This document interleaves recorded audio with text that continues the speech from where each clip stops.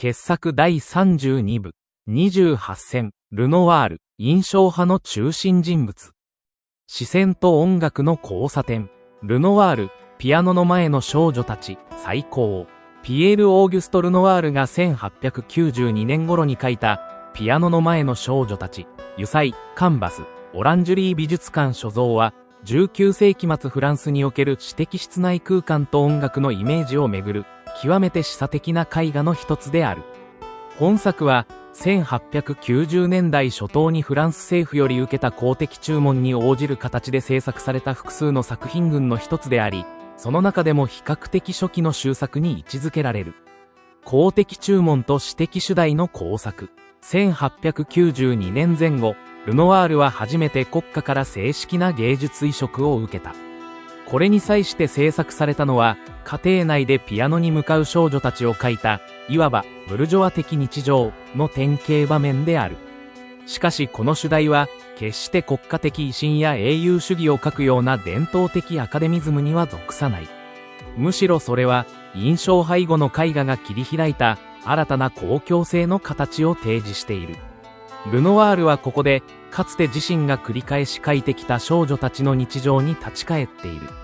だが、それは単なる回帰ではない。むしろ本作においては、モチーフとしての親密な空間や少女たちの佇まいが、より構築的な意図のもとに再編されているのである。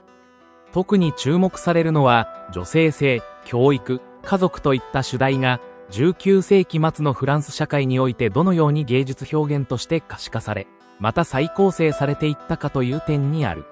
終作ならではの余白と構成の強度。本作品は、後に完成されるピアノを弾く少女たち。1897年、同美術館所蔵に先立つ終作とされる。実際、背景や空間の描写は簡略であり、家具や壁面装飾といった情報はほとんど削ぎ落とされている。しかしこの省略が少女たちの存在をむしろ浮かび上がらせ、画面の集中度を高めている点に注目すべきである。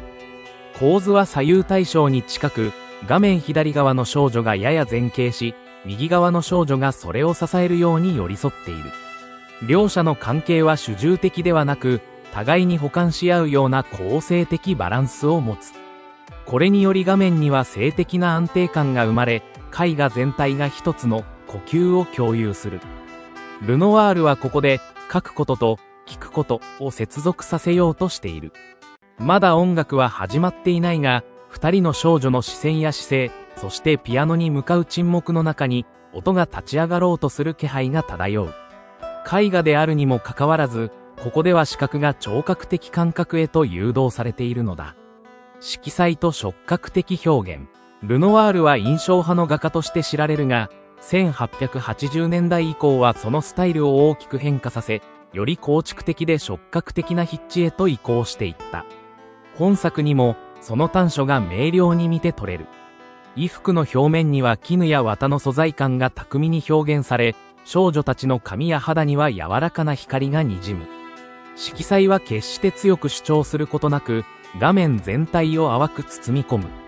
とりわけ注目されるのは、ピアノという黒く硬質なモチーフと、少女たちの柔らかで有機的な形態の対比である。このような異なる質感の共存が、絵画空間における聴覚的リアリティを高めている。鍵盤の上には手がまだ置かれていない。だが、手がそこに伸びていくであろう未来の動作までもが画面の中に組み込まれている。つまり、本作は時間を持った絵画なのである。さらに特筆すべきは、色彩の抑制されたトーンが内面性を強く印象づける点である。ピアノの艶やかさと少女の頬の赤み、衣服の白に混ざる微妙な影色の使い分けは、見る者に対象の質感を超えた存在の気配をも伝える。このような色彩の選択には、音楽的リズムのような視覚的ハーモニーが宿っており、ルノワールの色彩哲学を体現している。親密さの美学と公共性の行方、音楽に耳を傾ける子供たち、あるいは教え合う姉妹の姿は、19世紀ブルジョワ家庭において理想化された女性像の一つであった。この点で本作は、当時の中産階級的道徳観や教育観を色濃く反映している。しかしルノワールはそのような道徳的理想像に従属するのではなく、あくまで芸術的な問いとして調和や連続性を追求している。少女たちの姿はあくまで自然であり、演出の痕跡を感じさせない。絵画が見ることの芸術であるならば、ここで描かれているのは見守る眼差しとしての視線であり、画家自身の存在はまるで家族の一員であるかのように自然に空間へ溶け込んでいる。このような親密性の表彰をもって、ルノワールは近代絵画における公共性のあり方を再定義しているとも言える。また、家庭という空間が19世紀末の視覚文化においてどのように理想化、演出されていたかという視点から見ると、本作はまさに視線の制度化に関する一つの批評的契機を内包している。つまりこの作品はただの親密さや安らぎを描いたのではなく、それを通じて近代社会における女性や子供の位置づけ、芸術の役割といった複雑な主題群に間接的に接続されている。未完の完成、あるいは始まりの力。ルノワールはこの後、より完成度の高いピアノを弾く少女たちを描き、同主題に決着をつける。しかし本作、ピアノの前の少女たちには完成作には見られない開放性がある。余白や省略、即興的な筆致がむしろ見る者の想像を刺激し、見ることと聞くことの間を自由に横貫させる。この作品が示すのは、絵画が完全な答えを出す場ではなく、問いが立ち上がる場として機能する可能性である。何より本作には、絵画と音楽、見ることと聞くこと、個人と社会、完成と終作といった対立項を柔らかくつなぎ直すための穏やかな力がある。それは、モダンの始まりにおける一つの静かな革新である。ルノワールがこのような静謐な空間に託したものとは、近代の芸術が向き合うべき内なる調和への問いかけに他ならない。だからこそ、ピアノの前の少女たちは、今なお見るものの完成に語りかけ、沈黙の中に響く音楽のように深い余韻を残し続けているのである。静謐なる響きの中で、ルノワールの作品、ピアノの前のイボンヌとクリスティーヌ・ルロルをめぐって、二人の少女が並んで座る。胸元まで垂れた金色の髪が、柔らかく白い肩のあたりで波打っている。その視線の先には、静かに横たわるピアノ。それは楽器というよりも、今この瞬間を内に秘めた一つの風景だ。1897年頃、ピエール・オーギュスト・ルノワールは、この静謐な室内の一隅を描いた。作品の名は、ピアノの前のイボンヌとクリスティーヌ・ルロル。場所はおそらく、芸術家たちの集う文化的なサロン。モデルとなったのは、アンリ・ルロルとその妻マドレーヌ・エスクリエの娘たちである。画面には、ピアノと少女たち、そして背景の壁に飾られた絵画たちが静かに共存し、調和するように書き込まれている。音のない音楽静けさが奏でる調べ。ルノワールは音を書く画家だった。とはいえ、私たちはこのキャンバスに響く旋律を耳で聞くことはできない。だが、視線を重ねるほどに画面全体が静かに歌い始めるようだ。少女たちはピアノを弾いているのではない。今まさに弾こうとしているのか、それとも曲を終えた直後なのか、それは明言されていない。鍵盤に手は届かず、むしろおたりはじっと、その艶やかな黒の奥に潜む何かを見つめているかのようだ。ピアノの蓋は開けられ、譜面台には曲が広げられている。それが何の楽譜かはわからないが、確かにそこには音楽があり、少女たちの表情と体がそれに共鳴している。ルノワールはここで、音楽という目に見えない芸術を、絵画という視覚の領域に引き寄せた。そして、音ではなく光と色彩、構図と質感のバランスで、音楽的な時間を閉じ込めているのだ。文化の巣としての過程。モデルの二人イボンヌとクリスティーヌ・ルロルが育ったルロル家は、まさに芸術のるつぼであった。父アンリ・ルロルは画家であり、家には親交のあったドガやルノワールの作品が壁に飾られていたという。この家には、詩人、音楽家、画家が集い、サロン文化の好機が満ちていた。ルノワールはこの家の雰囲気に深く共感していた。彼自身、絵画において単なる技巧や写実を超えて、生活の中に息づく美を追求していたからである。少女たちは、単なるモデルではない。彼女たちは、この文化的な空間に身を置く、柔らかな存在の一つの結晶なのである。彼女たちは、ピアノに向かうことで、自身を囲む豊かな世界と対話している。楽器の前に座り、静かに時を待つ二人の姿は、まるでその家の空気が結晶化したように見える。光をまとった室内。本作でとりわけ印象的なのは、室内に差し込む柔らかな光と空間の調和だ。ルノワールは、生涯を通じて光を描いた画家である。だが、印象派の時代に見られるような子飼いの強い日差しではない。この絵にあふれるのは、暖かく、時間を包み込むような室内の光である。ピアノの艶やかな黒には、窓の外の光が柔らかに反射し、少女たちの白い服には絹のような輝きが漂う。二人の顔には穏やかな陰影が落ち、顔立ちを際立たせるというより、むしろ一体化させている。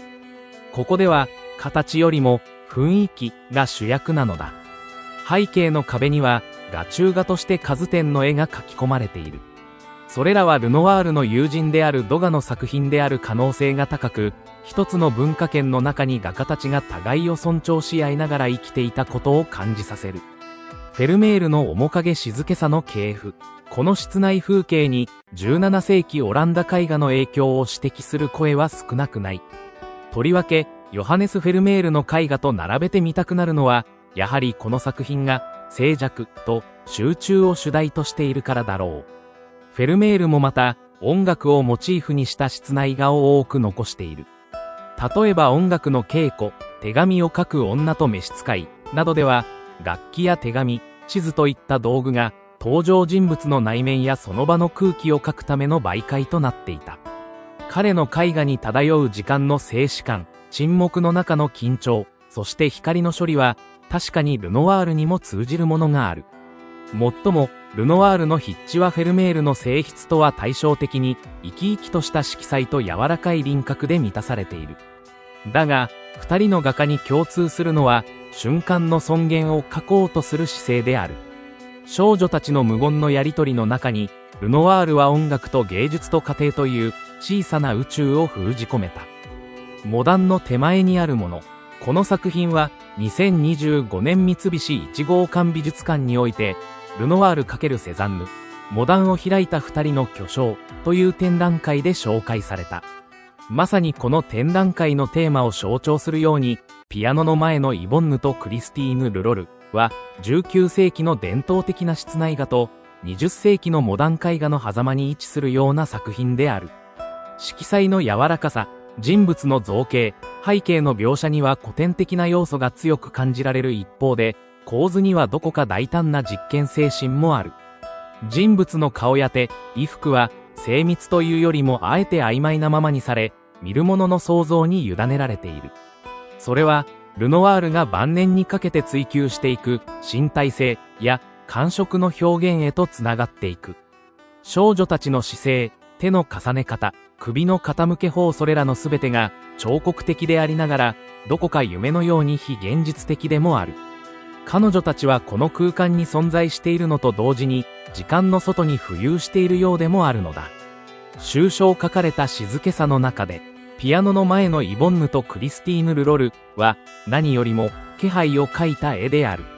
音の気配、人の気配、光の気配、そして文化の気配。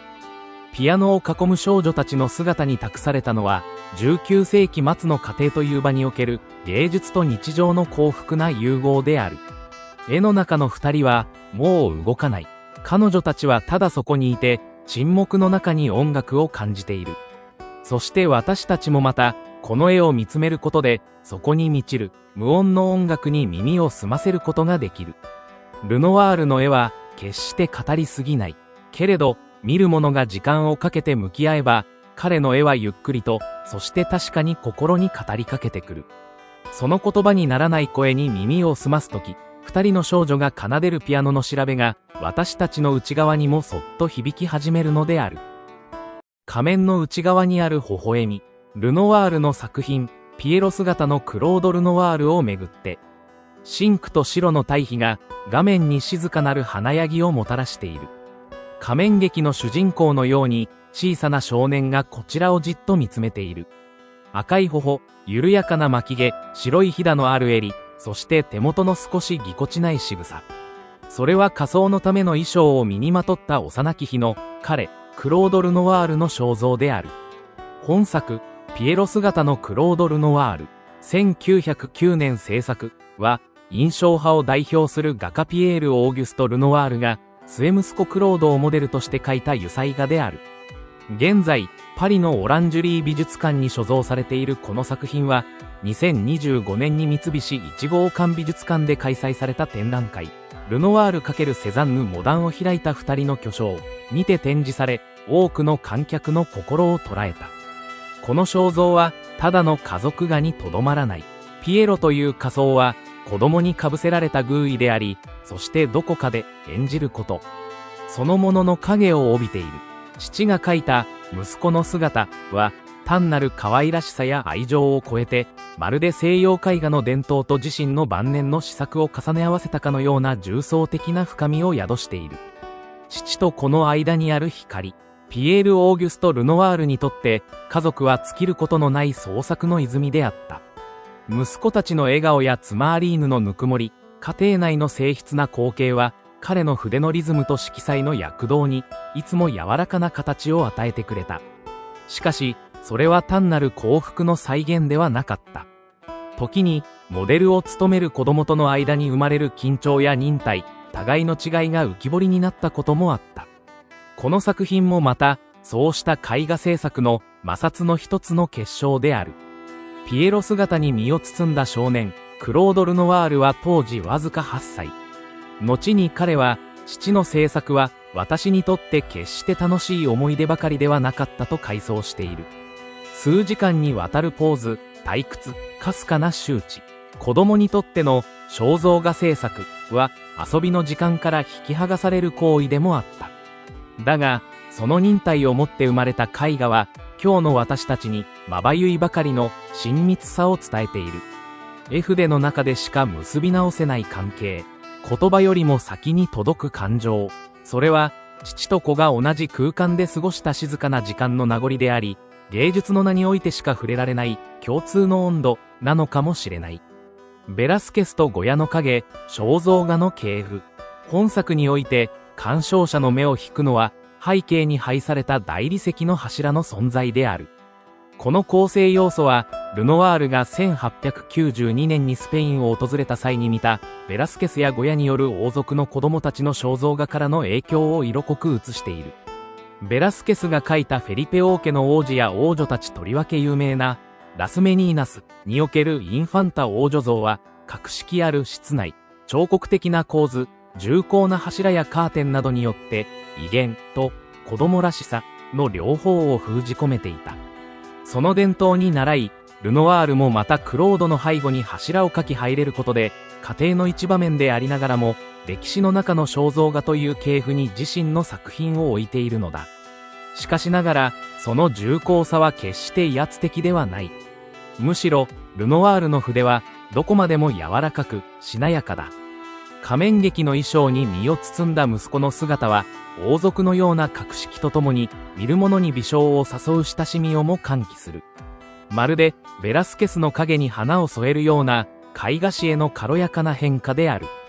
仮想の中に宿る、自己、ピエロとは、道化師でありながら、しばしば悲しみや孤独をも象徴する存在である。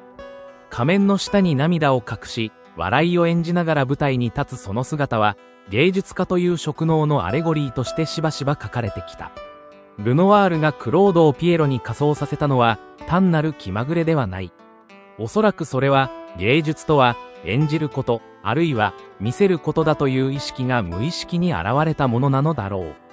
子供という存在そのものが、すでになりきる天才である。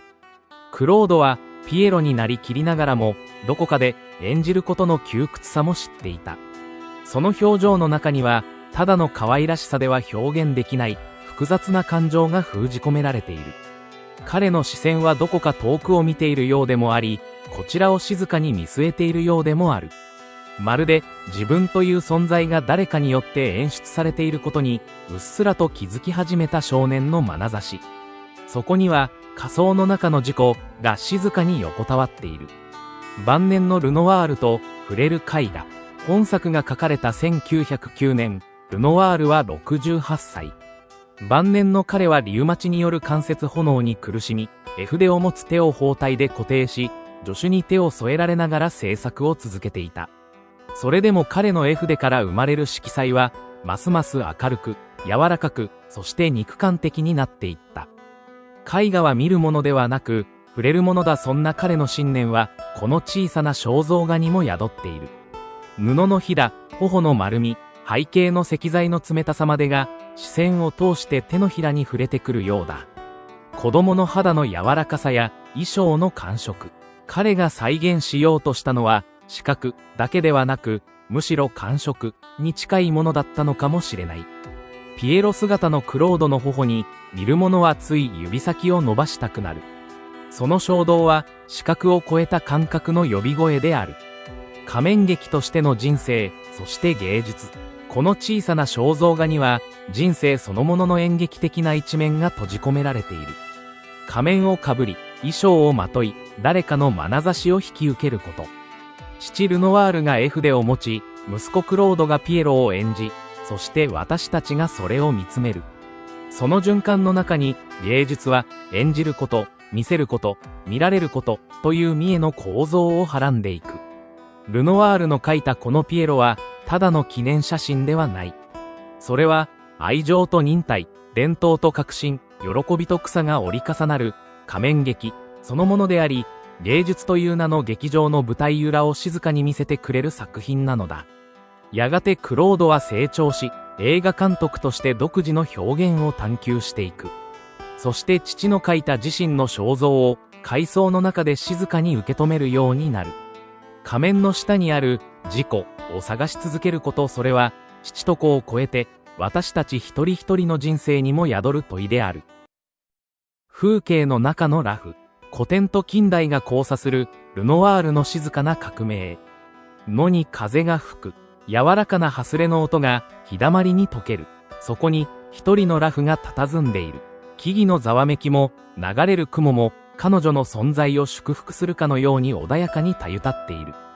ピエール・オーギュスト・ルノワールが1883年に描いた風景の中のラフは、今なお静かに、しかし確かに、見る者の心に訴えかけてくる作品である。油彩でありながら、空気の粒子までもが感じられるようなこの一枚は、ルノワールが画家として一つの転機を迎えた時期に生まれた。オランジュリー美術館が所蔵するこの絵は、2025年、三菱一号館美術館で開催された、ルノワール×セザンヌモダンを開いた二人の巨匠展でも注目を集めた。なぜならこの作品には、印象派の光をまといながらも、すでに古典へと接近し始めた画家の深い決意が織り込まれているからだ。輝く肉体、草の上の神話。画面の中央に描かれているのは、ふくよかなラフの姿。背をこちらに向け、やや斜めに身をよじらせるそのポーズは、自然の中にありながらも、どこか劇的な気配を帯びている。彼女は決して現実の風景に偶然現れた人物ではない。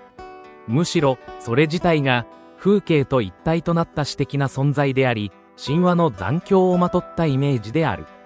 ルノワールは、晩年こう語っている、ブーシェの、追憶するディアナは、私が初めて心を奪われた絵であり、生涯を通じて初恋の人のように愛し続けてきた、と。その告白は、この風景の中のラフにも静かに浸透している。自然の中に佇むラフという主題は、ロココの画家たち、バトーやブーシェの手によって繰り返し描かれてきた。だが、ルノワールはそれを19世紀末の視点で更新する。彼の筆が描き出すラフは、単なる装飾的な存在ではなく、肉体としての実在感と無限の狭間に生きている。イタリアの陽光、そして古典との再会。1881年、ルノワールはイタリアへの旅に出る。ベネツィアでティチアーノやベロネーゼを、フィレンツェでラファエロを見て、彼の中に眠っていた古典への情熱が呼び覚まされた。そして帰国後に書かれた本作は、その影響をはっきりと映し出している。それまでルノワールは、印象派の騎手として、空気と光と瞬間の感覚を追い求めていた。しかしこの絵には、印象派の瞬間性ではなく普遍性がある。裸婦の体は輪郭線を持ってしっかりと囲まれ、陰影と色彩で造形されている。まるでアングルのように肉体が描かれていることを意識させる構築的な絵画である。この変化は単なる技法の転換ではない。ルノワールにとってそれは視覚芸術の本質を問う深い問いかけでもあった。彼は光を愛しつつもそれだけでは描ききれない形の永遠性を求め始めたのだ。線とフォルム、そして魂。この絵に見られる裸婦の体はただ柔らかく描かれているだけではない。その骨格、筋肉、体の重みがしっかりと感じられる。ルノワールはこの時期、線による造形に力を入れ、かつてのアングル的な輪郭線の美しさに魅了されていた。確かに、輪郭は明瞭で、人体の構造を意識して描かれている。それでも、この絵が冷たくならないのは、線の中に温度があるからだ。肌にそっと触れるような輪郭、包み込むような陰影。ルノワールの筆は、まるで体そのものを撫でるように、愛情深く画面を行き交う。その結果として、彼女の肉体は単なる物質ではなく、生命の形として立ち現れる。野の風と葉の音、太陽の輝きが彼女の肌に反射し、絵画の内部に微細な時間の流れを生み出しているのだ。ロココへの憧憬とモダンの橋渡し。風景の中の裸婦が得意であるのは、単に古典様式に近づいたからではない。この絵には、18世紀ロココ美術への憧れが明確に示されている。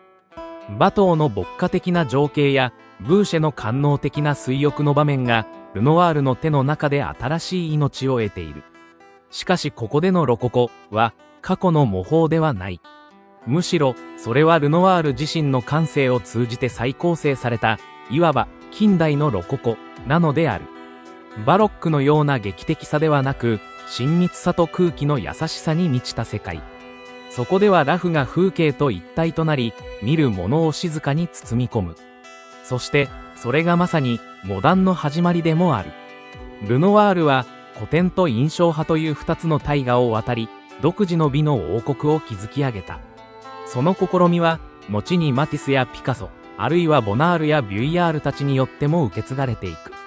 展覧会における現在との対話。2025年、東京、三菱一号館美術館での展覧会において、風景の中の裸婦は改めて多くの人々の視線を集めた。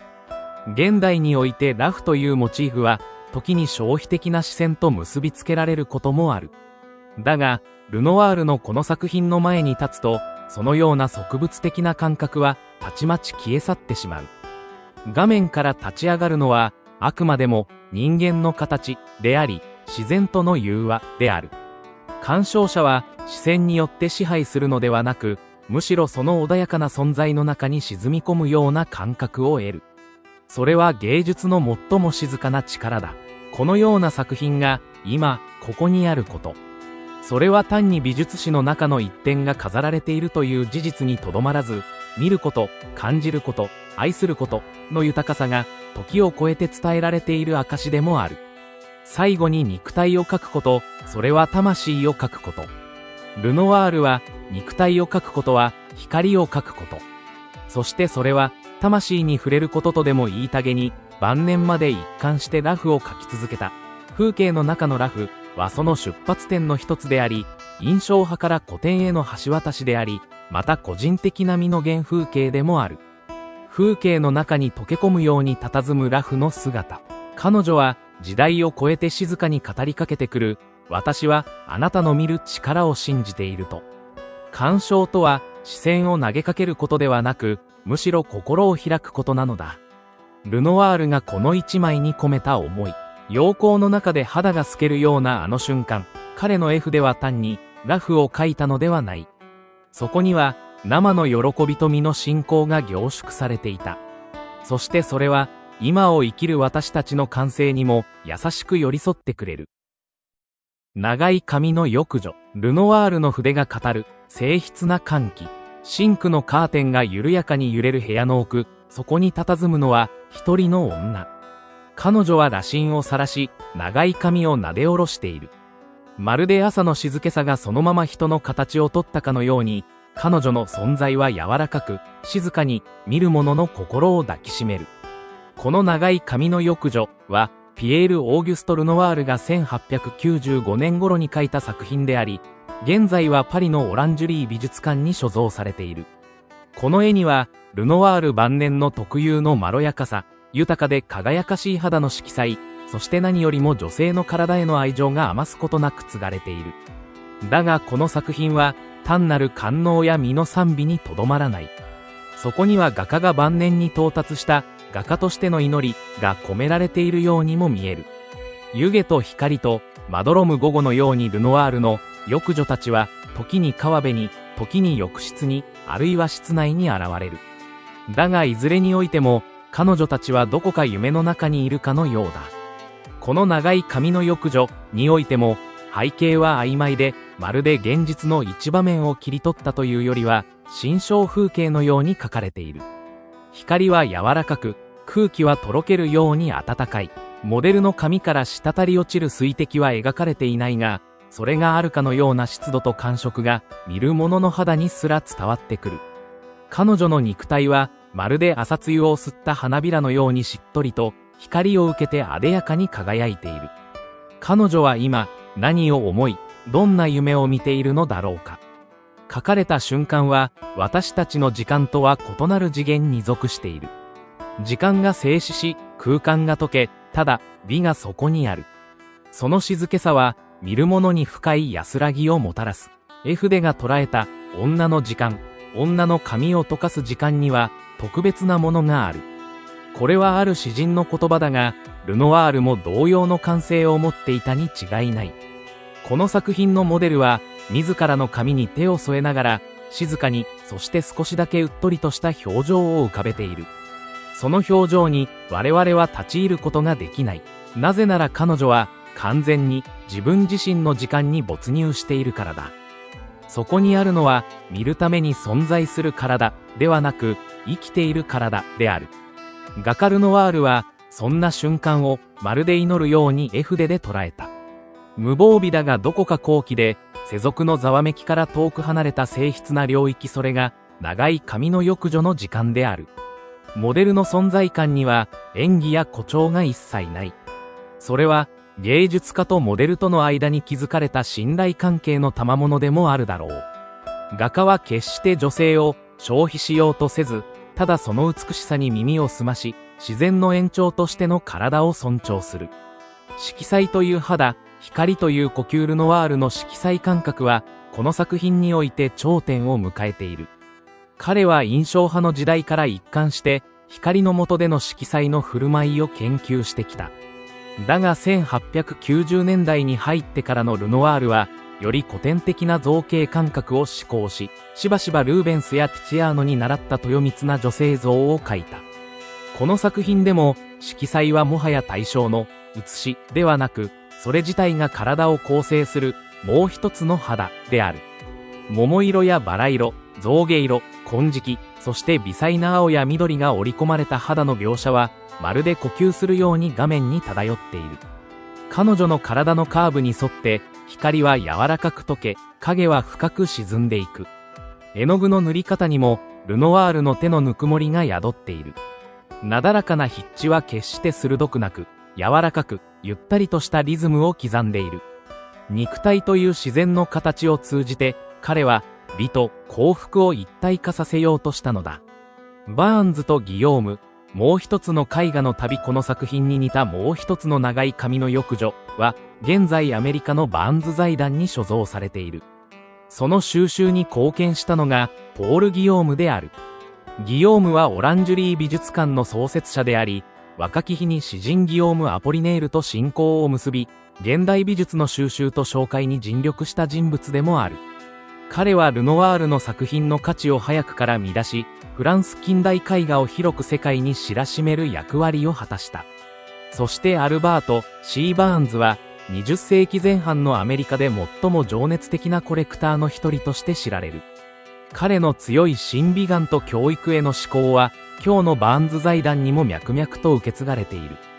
ギヨームとバーンズ、そしてルノワール。この三者の交差点に置かれた浴女たちは静かな絵画の中で言葉を超えた対話を交わしている。そこには国境も時代も言語もない。ただ美しいものを見つめる眼差しという一点でつながっているのだ。展覧会という現在私たちは何を受け継ぐか。2025年東京三菱一号館美術館にて開催されたルノワール×セザンヌモダンを開いた2人の巨匠展では、この長い髪の浴女が展示され、多くの観客の目を引きつけた。会場の柔らかな照明の下で再び蘇る浴女の眼差しは、今の私たちにも優しく語りかけてくる。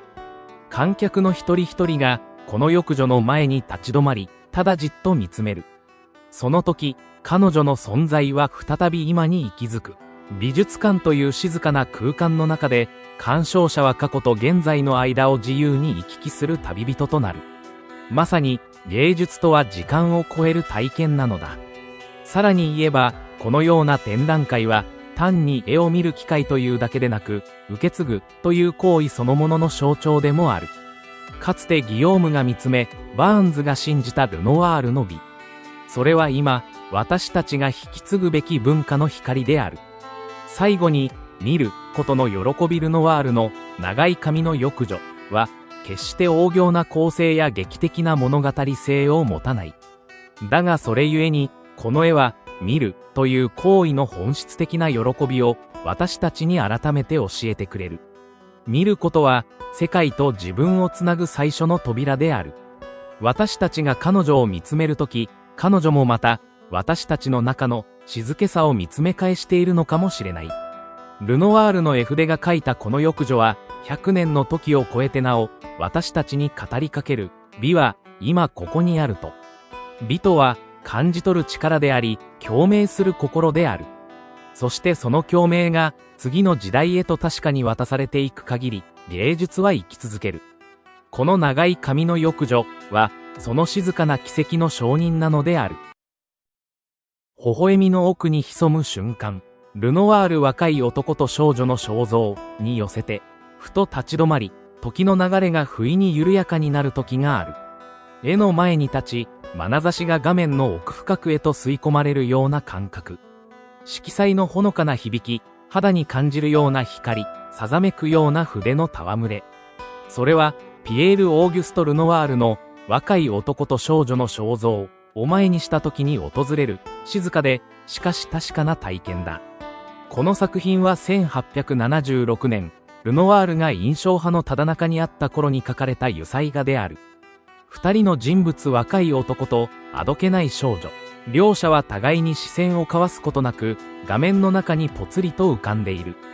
輪郭は曖昧で、表情の詳細も霧のようにぼやけているが、それがかえって豊かな情感を呼び覚ます。スナップ写真のような構図は、ただの偶然のようでいて、実は光と空気を見事に捉えたルノワールの熟練の構成である。視線がすれ違う肖像がこの肖像の最初の印象は、どこか間が抜けているように見えることだ。若い男は斜め髪型を見つめ、少女は正面を見つめるでもなく、どこか中に視線をさまよわせている。二人の間には会話も交換もない。まるで全く別の時間を生きているかのように、彼らは画面の中で静かに並んでいる。だが、その不思議な空白こそが作品の核心である。ルノワールは親密さや感情の交流を描くのではなく、偶然の視線、その場の光、移ろう瞬間。そういった目に見えぬものを捉えようとした。まるで写真のシャッターが切られた瞬間のように、彼は二人の姿を一瞬の構図に封じ込めた。静止したポーズの裏には、光と時間が脈打っている。色彩と筆色が織りなす空気ルノワールの絵画における最大の魔法は、おそらく空気を描く能力にある。輪郭は明確に描かれず、色彩は柔らかくにじみ合い、背景はしばしば何であるか判別できないほどに溶けている。だが、その曖昧さは決して雑ではない。むしろ空気の中に存在する者たちのありようを最も誠実に伝えている。本作においても、二人の人物は背景と溶け合い、光の粒子の中にくるみ込まれている。少女の白いブラウスには光がにじみ、若い男の濃紺の衣服には影が重ねられ、どこまでも柔らかいグラデーションが続く。顔や髪、手の輪郭もどこか消え入りそうで、それがかえって人物の存在感を深めている。このような色彩の扱い方は、印象派の特質をよく示している。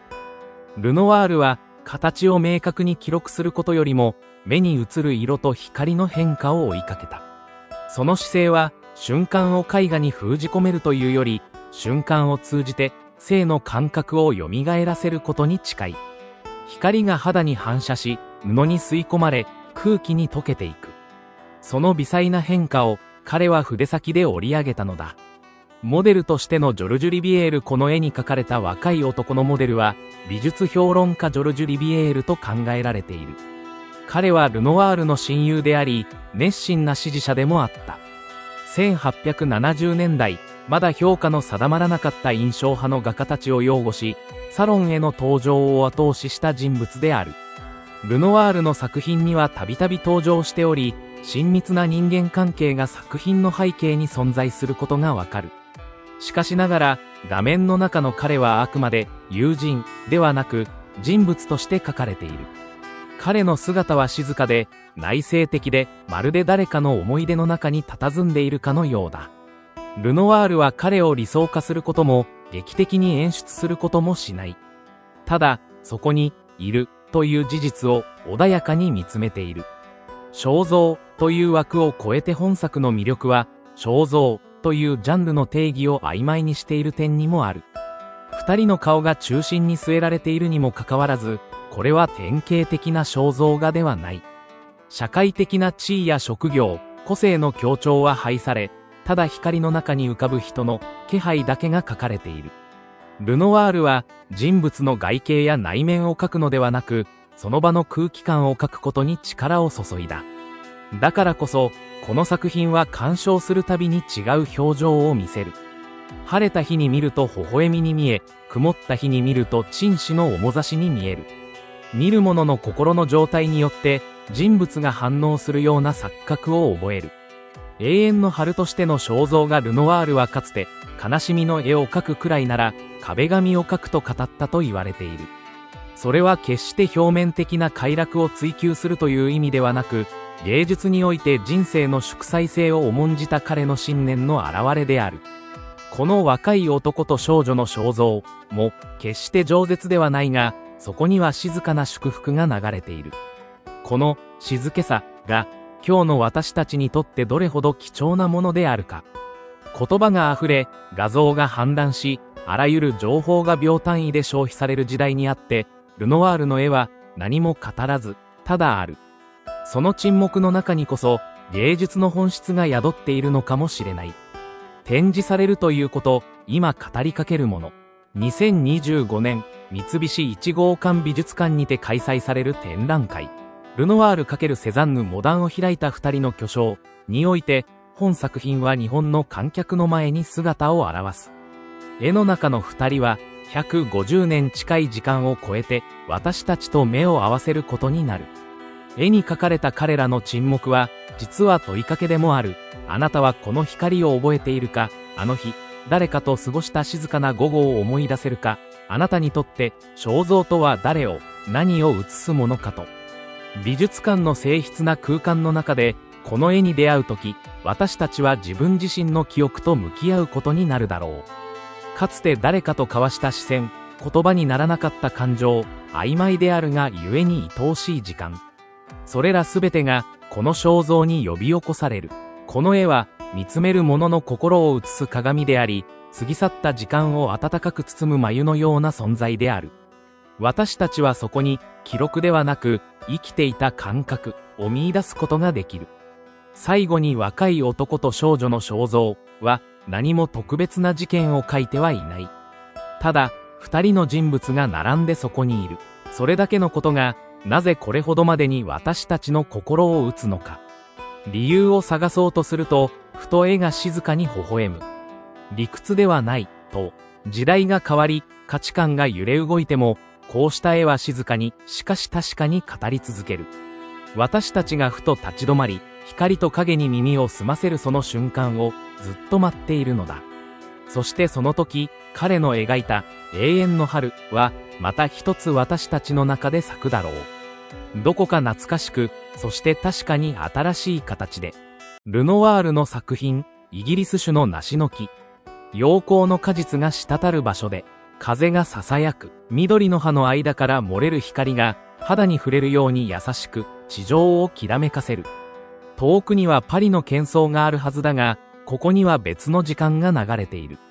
静筆で、緩やかで、ただ光と色彩の歌があるだけだ。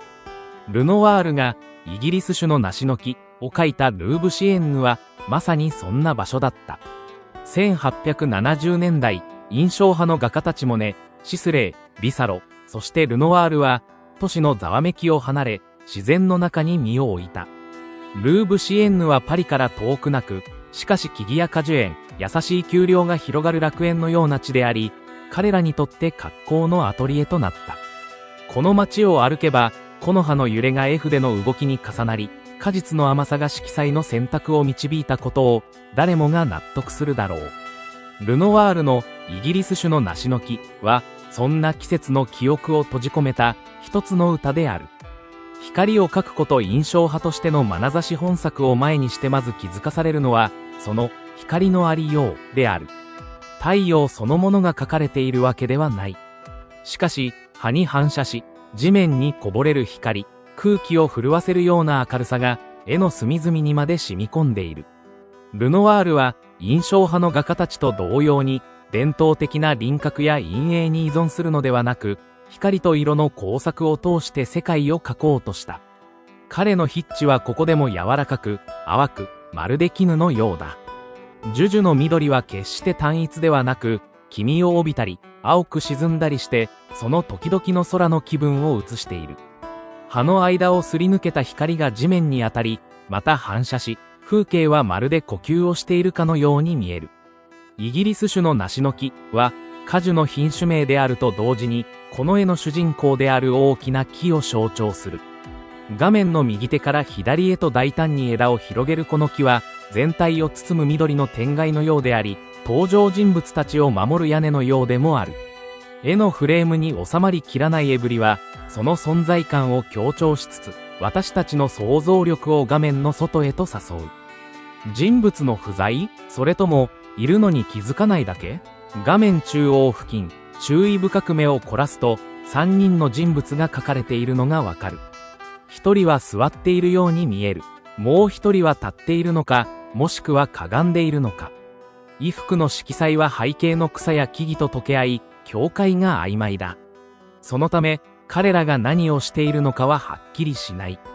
しかし、ここにこそルノワールの歌子がある。人間が風景の一部となり、自然と等価な存在として書かれているのだ。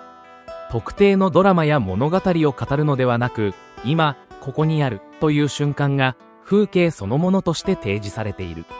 この人々は梨の木の下で休息しているのかもしれないし、果実を摘んでいるのかもしれない。あるいはただ光の中に身を置き、静かに風を感じているだけかもしれない。いずれにせよ、彼らの存在は風景を説明するための添え物ではなく、風景と共にある存在として書かれている。色彩の調和ルノワールの詩的完成色彩は、ルノワールにとって単なる視覚的要素ではなく、感情や記憶と結びついた声だった。イギリス種の梨の木では、黄緑や金色、明るい青が繊細に重ねられ、陽光が画面全体に浸透している。ルノワールはこの時期、印象派の技法に習熟しつつあったが、彼独自の温かみある色彩感覚はすでに明確だ。特に注目すべきは、地面に落ちる影の描写である。それは単なる黒や灰色ではない。淡く透けるような紫や褐色が用いられ、影ですら光の一部であるかのように見える。この繊細な表現は、後のルノワールの肌の光へとつながってゆく。木の幹や枝にも硬さはなく、すべてが柔らかな色のうねりの中にある。線で物を捉えるのではなく、色の面として空間を構成している点に、印象派の革新を見ることができる。静かなるモダンへの一歩1873年という時代1873年といえば、印象派の誕生を間近に控えた時期である。公式の第1回印象派展は1874年に開催されたが、画家たちはすでに自分たちの視覚と感性を信じて、伝統的なアカデミズムからの脱却を試みていた。ルノワールもその渦中にいた。この作品には、主題の革新というよりも、見ることそのものの革新が息づいている。梨の木は偉大なる主題ではない。だがルノワールは、それを愛おしむように、丁寧に、そして大胆に描いた。それはまるで、木の下で過ごすひとときが、人生のすべてであるかのような眼差しである。当時のルノワールは貧しく、絵の売れ行きも芳しくなかった。しかしこのような作品からは、彼が自らの目に映る美や喜びに対して深い信頼を抱いていたことが伺える。見ることの喜びを私たちに。2025年三菱1号館美術館にて開催されたルノワール×セザンヌモダンを開いた二人の巨匠展において、本作イギリス種の梨の木は静かにしかし確かな存在感を持って展示された。セザンヌの理知的な構築性とは異なるルノワールの見ることの喜びに満ちた視線。それは現代に生きる私たちにも通じるものがある。仕事に追われ、情報に囲まれ、慌ただしく日々が過ぎる中で、ただそこにある木の姿や光の温かさに私たちはどれだけ目を向けているだろうか。ルノワールはそんな問いをそっと差し出してくれる。木の下で誰かが微笑んでいる。葉が風にそよぎ、光がきらめいている。その光景に理由はない。ただ、それがあるそれだけで美しい。終わりに、イギリス種の梨の木は、絵画というより、心に語りかける風景詩である。ルノワールは、日常の中の一瞬をすくい取り、永遠の眼差しで描いた。そこには技巧の故事も、物語の押し付けもない。ただ、静かに、優しく、風景の中に生きる人々と、光と色とがある。画布の中に広がるのは、梨の実を育む午後の光。私たちもまた、その木陰に腰を下ろし、少しの間、世界の静けさに耳を澄ませてみたくなるそんな一枚である。陽光の彼方にて、ルノワールのアルジェリア風景、目を閉じる、かすかに肌を撫でる風が、遠く異国の香りを運んでくる。サハラの砂混じりの空気、空の青さを跳ね返すサボテンの緑。絵筆が触れる以前に、ルノワールはきっとこの大地の呼吸を感じ取っていたに違いない。1881年、画家ピエール・オーギュスト・ルノワールはアルジェリアへと旅に出た。それはただの異国への訪問ではなかった。彼にとってそれは、色彩と光の根源を求める巡礼だった。アルジェリア風景、ファム・ソバージュ峡谷は、この旅の途上で生まれた一枚である。描かれたのは、アルジェの郊外にあるファムソバージュと呼ばれる峡谷。名前の由来は近くにあるカフェレストランからと伝えられる。だがその響きはまるで大地そのものが持つ奔放さや秘められた生命力を語っているようだ。異国の地、アルジェリアへこの年、ルノワールは40歳を迎えていた。すでに印象派の主要な画家として名を知られていたが、同時にその限界にも直面していた。印象派の絵画は構成に欠けると言われ続けていた中で、ルノワールは新たな形式を模索していた。そんな時に思い立ったのが、アルジェリアへの旅だった。彼の心にあったのは、ウジェーヌ・ドラクロワの姿だった。19世紀ロマン主義の巨匠ドラクロワは、1832年にアルジェリアを訪れて以来、生涯その体験を宝とした。ドラクロワは、驚くべき自然の豊かさをこの地に見出したと日記に記している。そしてルノワールもまた、まさにその驚くべき体験を追い求めていた。アルジェの空港を降り立った瞬間、地中海から吹く風の質が違うことに彼はすぐ気づいたに違いない。湿度の少ない空気、澄んだ青、乾いた岩肌に力強く咲く花々。ルノワールの感覚は総動員された。彼のキャンバスはそれらすべてを吸い上げ、映し出す光の受容体となっていった。色彩の中の探求本作には、ウチワサボテンやアロエなど、地中海沿岸特有の植物が密に描かれている。それはただの風景描写ではない。色彩の反響に満ちた性の共演だ。ご覧いただきたい。画面全体を覆うのは、豊かな緑と黄土色の地層、そして明るいコバルトブルー。特に目を引くのは、空と影の青である。濃淡を織り交ぜ、陰影の中に深さを生み出している。青はここでは冷たさの象徴ではなく、光と熱に触れた大地のもう一つの顔だ。また、筆致は実に密である。印象派時代のルノワールが用いていた軽やかな筆運びとは一線を画す。光と形の輪郭を明確に捉えようとする強い意志が伺える。そこには古典的な構築性への回帰、すなわち書くことへの再確認がある。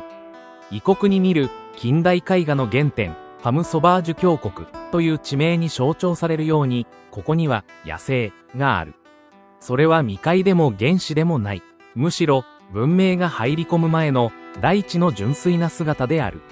ルノワールはその姿にフランスの近代社会が忘れかけた性の根源を見たのかもしれない。都市化が進み、パリのサロンでは技巧と形式ばかりが重んじられていた時代。その中で彼は太陽の下で呼吸する植物の一つ一つに人間存在の謙虚なあり方を重ねた。このような自然との親密な対話はセザンヌとも共通するものがある。実際、ルノワールとセザンヌは時に対照的な画家とされるが、自然に学び、自然と対話するという姿勢においては共鳴していた。今回の展覧会、ルノワール×セザンヌモダンを開いた二人の巨匠でも、両者のそうした精神的親近性が静かに語られている。光との格闘、この作品のもう一つの魅力は、光の捉え方にある。アルジェリアの太陽は、パリの柔らかな日差しとは全く違う。眩しく、乾いていて、対象の輪郭を鋭く浮かび上がらせる。ルノワールはこの光に苦しみながらも、驚くほど自由にその効果を扱っている。例えば画面中央の岩肌に継がれる遮光は、ただの明暗表現にとどまらず、画面全体の構成を支配している。光が差す場所と影が落ちる場所、そのコントラストが画面にリズムと呼吸をもたらしている。ここにはまるで音楽のような動きがある。自然を映し取るのではなく、自然の中にある旋律をすくい上げているのだ。描かれざる人間の気配。興味深いのは、この作品に人の姿がないことだ。ルノワールは人物画の名手として知られている。だがここでは人物を排し、ただ自然だけに語らせている。しかし、全く人間の気配がないかといえば、そうではない。むしろこの風景全体が、ある種の眼差しを帯びている。見ているうちに、どこか遠くから誰かがこちらを見返しているような錯覚にとらわれる。おそらくそれは、土地そのものが持つ記憶、人がかつてそこに住まい、語り、愛したという痕跡なのだ。ファム・ソバージュ、この名がほのめかす通り、かつて野生の女がいたかどうかはわからない。しかしこの土地に宿る生きた気配は、ルノワールの筆によって確かに息づいている。ルノワールの眼差しの変遷。この作品を経て、ルノワールは明確に画風を変化させてゆく。アルジェリアの体験は、単なるエスノグラフィックな異国趣味ではなかった。それは画家の内容にある、見ることへの哲学を更新したのだ。旅から戻った後の彼の作品には、より確かな輪郭と慎重に構築された画面構成が見られるようになる。それは一見すると印象派の柔らかさを捨てたように見えるかもしれない。だが、実はその背後には、光と色への豊富な探求がある。アルジェリアという光の洗礼を経たルノワールは、もはやかつてのルノワールではなかった。彼の眼差しは、自然をめでる甘美なものから、自然を構築する厳粛な眼差しへと変化していた。終わりに陽光の記憶、アルジェリア風景、ファム・ソバージュ峡谷は、単なる風景画ではない。それは画家自身の眼差しの変遷を語る証言であり、光と色の冒険の記録でもある。そしてまた、我々に問いかけてくる、風景とは何か、と。自然とは何か、と。そして、見るとはどういうことか、と。ルノワールは、南仏の港町でもパリの街角でもなく、このアルジェの地に、純粋で、手つかずの圧倒的な、見ることの本質を見出した。それは彼が一生をかけて探し続けた芸術の高原に他ならない。今この作品の前に立つとき、我々もまたその光を浴びている。この峡谷に差し込む陽光は、140年以上の時を超え、私たちの網膜を、心を、優しく照らし出す。風と光の対話。ルノワールの作品海景、ガーンジー島をめぐって、波の彼方の絵画。それは、夏の終わりのある午後だったのかもしれない。空は薄く霞み、太陽の光は柔らかく海面に降り注いでいた。岸辺に立つ画家は、じっと海の向こうを見つめていた。波のリズム、空の色、水に映る空気の震え。すべてが静かに、けれど確かに、彼の目と心を通して絵の中へと沈んでいく。ピエール・オーギュスト・ルノワールが1883年に描いた海景、ガーンジー島は、まさにそのような、風と光と色彩の交錯する瞬間を捉えた一枚である。そこにあるのは、具体的な物語ではない。誰かが登場するわけでもない。ただ、風景がありのままの呼吸をしている。絵画はここで言葉を持たない歌となる。リズムと調和、ひらめきと沈黙、それらが織りなす美しき風の歌。ガーンジー島という舞台、イギリス海峡に浮かぶチャンネル諸島。その一つ、ガーンジー島はルノワールにとって特別な地であった。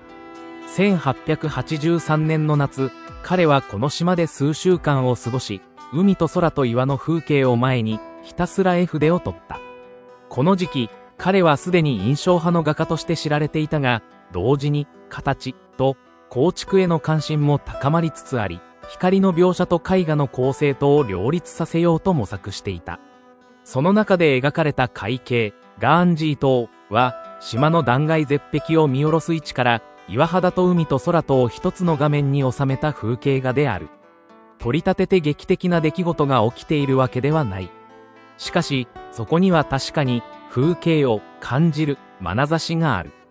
形を描くだけでなく、その形の中に流れ込む自然の鼓動を聞こうとする姿勢。それが画面全体にほのかに漂う詩情の正体である。絵の中の海と空画面の下方には、複雑に入り組んだ岩場が描かれている。焦げ茶、赤褐色、黄色が混じり合いながら、岩肌のゴツゴツとした質感を伝える。そしてその岩の間から、深い青緑の海が顔を覗かせる。波が砕け、白い泡となって散る瞬間もまた、筆色によって生き生きと表現されている。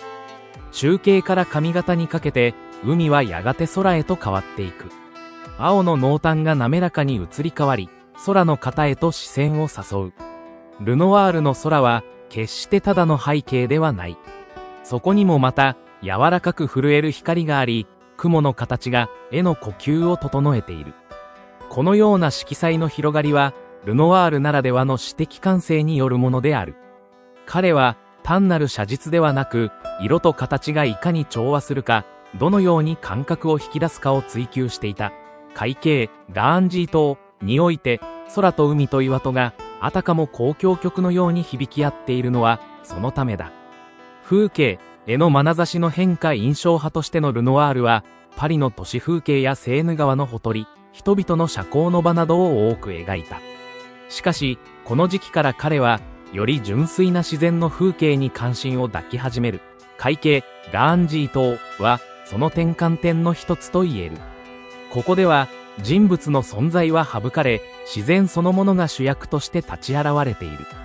彼がこの絵で描こうとしているのは、ただの景観ではない。それは、目の前の風景と対話し、そこから音や香りや気温までも感じ取ろうとする、極めて繊細な経験の記録なのだ。見ることは、単なる視覚ではなく、身体全体で感じる行為である。そうした感覚的な、見ること、絵の意識が、この作品には満ちている。筆致と色彩のリズム近づいてみればわかるように、この作品にはルノワール特有の筆色のリズムがある。短く、軽やかに置かれたタッチが、波の運動や岩の起伏を描き出している。筆致がそのまま、風の速度や海の動きを伝えてくるように感じられるのは、まさに印象派的な特質である。しかしその一方で、ルノワールの筆使いは、どこか彫刻的でもある。輪郭線は明確ではないものの、色の重なりと明暗の配置によって、画面の中にしっかりと構造が立ち上がっている。これは、彼がこの時期に目を向けていたルネサンス期の巨匠たち、例えばラファエロやアングルへの関心とも通じる要素である。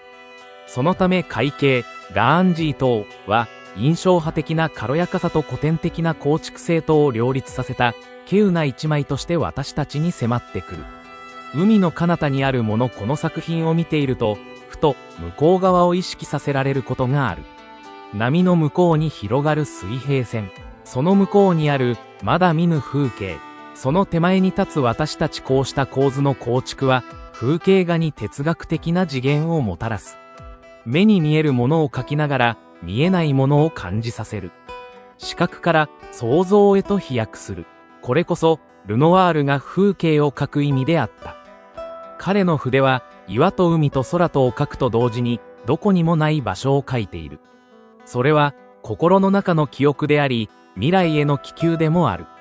静かで、穏やかな画面の奥に、そうした遠くへの意識が確かに存在しているのだ。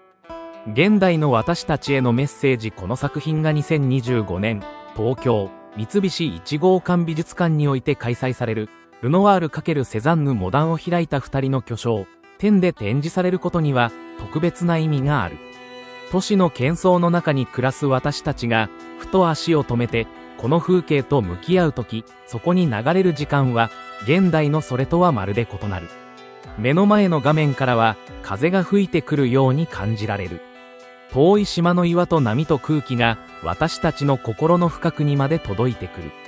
その瞬間、私たちは日常の座標から少しだけ離れ、別の世界に足を踏み入れる。そしてそれは、失われた感覚を取り戻す旅のようでもある。ルノワールの海景、ガーンジー島は、ただ美しいだけの絵ではない。それは、見る者の心の奥に、静かに揺らぎを与える、風景の歌、なのだ。終わりに風景と共にあるということ。ピエール・オーギュスト・ルノワールがガーンジー島の岸辺で筆を取った時、彼は風景を愛し、風景に身を委ねていた。そして、その絵の中には、彼の眼差しと心根が封じ込められている。海景、ガーンジー島は、その記憶の断片であり、自然と人間との静かな対話の記録でもある。私たちはこの絵の前に立ち、しばし言葉を忘れるだろう。波の音が画面から聞こえてくるかのように。光が筆色の隙間から差し込むかのように。そして、ルノワールが見たであろう風景を私たち自身の記憶として受け取る。そうして絵は時を超えて生き続ける。海景、ガーンジー島、それは一つの風景であると同時に一つの心象風景でもある。そして絵画が歌になりうることを私たちにそっと教えてくれる。静かなる水の歌、ルノワールのセーヌ川の端家をめぐって、朝もやに包まれる川面には言葉よりも先に時の織が漂う。日が昇りきる前のセーヌ川はひときわ静かで、そして何よりも美しい。ピエール・オーギュスト・ルノワールのセーヌ川の端家は、その静筆な時間の1ページを切り取ったような作品である。油彩がカンバスの上で呼吸するかのように、川もまた息を潜め、ただそこにある。この作品は印象派誕生のまさに直前、1860年代末に書かれたとされる。まだ印象派という言葉が皮肉として新聞市場に現れる前、クロード・モネやルノワールが並んで筆を取り、風景の今を描こうと模索していた時代。その意味で、セーヌ川の端家は、印象派という大きな流れの源泉であり、静かな態動を宿す絵画なのである。水辺の風景に潜む物語画面の中央を流れるセーヌ川。岸辺に係留された黒い端家船が、川面にその姿を映しながら、まるで眠っているかのように留まっている。周囲にはまだ何の装飾もなく、船は単なる運搬手段としての素朴な形を持っているが、ルノワールの筆によって、その輪郭はどこか柔らかく、優しい気配をまとっている。川岸には小さな建物が見える。民家か倉庫か、詳細は定かではないが、それらは風景の中に溶け込み、あくまで背景として描かれている。その一方で、画面の空間は開かれており、見る者の視線を川の奥へ、遠く霞む対岸へと導いてゆく。この奥行きの感覚こそ、ルノワールが初期から追い求めた絵画における空気の表現であった。空は青くはない。むしろ、やや鉛色に近い曇り空が全体を覆っている。しかし、それがこの風景に特有のしめやかな美をもたらしている。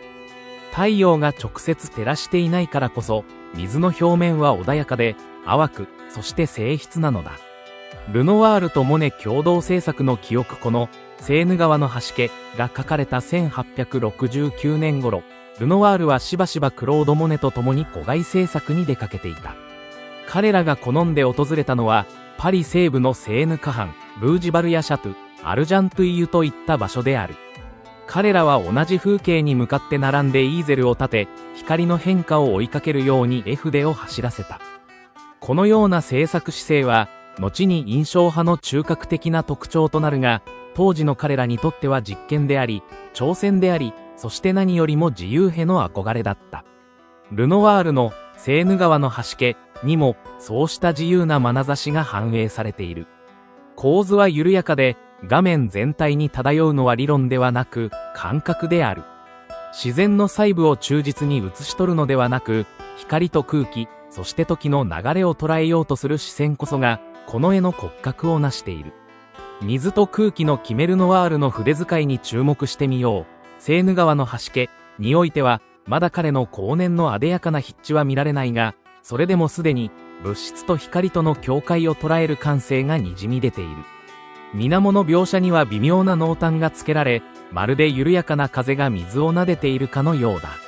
絵の中には音がない。しかし、水が揺れるような音、船がきしむような音が、想像の中で確かに聞こえてくる。空気もまた、絵の一部である。色彩は全体に控えめだが、それゆえに、画面に漂う湿気や光の拡散がよりくっきりと感じられる。色そのものよりも、その背後にある空気の質感が重要視されている。後にルノワールは、もっと鮮やかな色彩で人物や花を描くようになるが、この作品ではあくまでも風景の呼吸を聞こうとしている。静けさの中の未来、セーヌ川の橋家は、一見すると地味な風景画である。観光名所でもなければ、派手な構図もない。だが、この絵には、これから訪れる芸術革命の予兆が潜んでいる。ルノワールは、日常の一場面を、詩情を込めて見つめている。そしてその見つめ方が、後の印象派を形作っていくのだ。この絵に描かれたのは、単なる橋家ではない。働く人々の暮らし、水辺の風景、都市と自然の接点そうしたものすべてが、沈黙のうちに表現されている。ルノワールはこの風景を飾り立てず、そのままの姿で描くことで、見る者の心の奥底にそっと入り込んでくるような優しさを称えた芸術を提示した。印象派への跳躍台この作品が書かれてから数年後、1874年には、いわゆる第1回印象派展が開催される。ルノワールはその出展者の一人として、すでに仲間たちと共に独立した活動を始めていた。しかし、セーヌ川の橋家のような初期作品には、まだアカデミスムの影響も残っており、ルノワールがどのようにして旧来の美術の枠組みを抜け出そうとしたのかが手に取るようにわかる。彼がここで試みているのは、いわば見ること。そのものの再発見だった。固定された遠近法ではなく、揺れるような視線。物の輪郭ではなく、光の移ろい。まさにこの絵は、古典とモダンの狭間に立ち、ルノワールの芸術的な進化の瞬間を伝える貴重な記録でもあるのだ。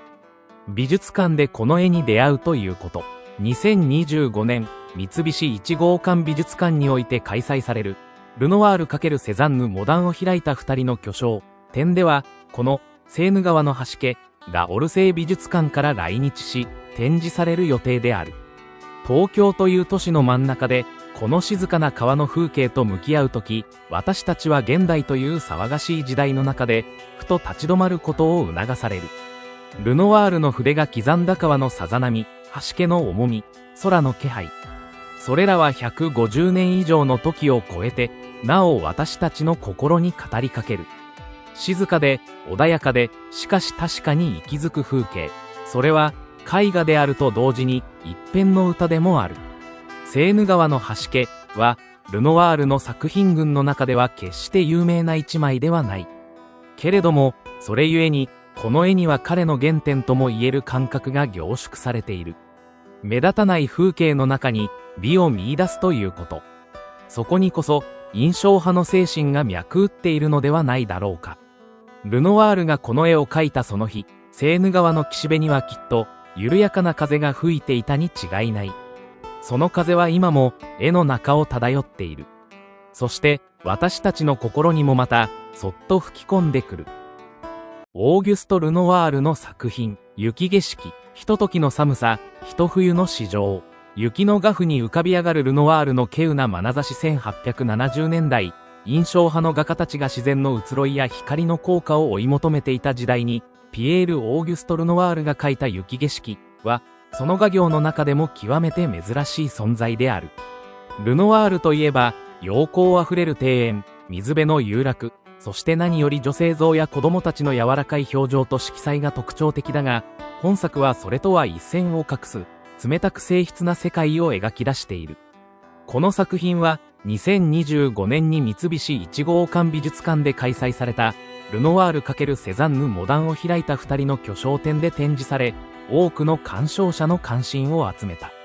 その理由は、この雪景色という題材が、ルノワールにとって生涯を通して数少ないテーマであったからである。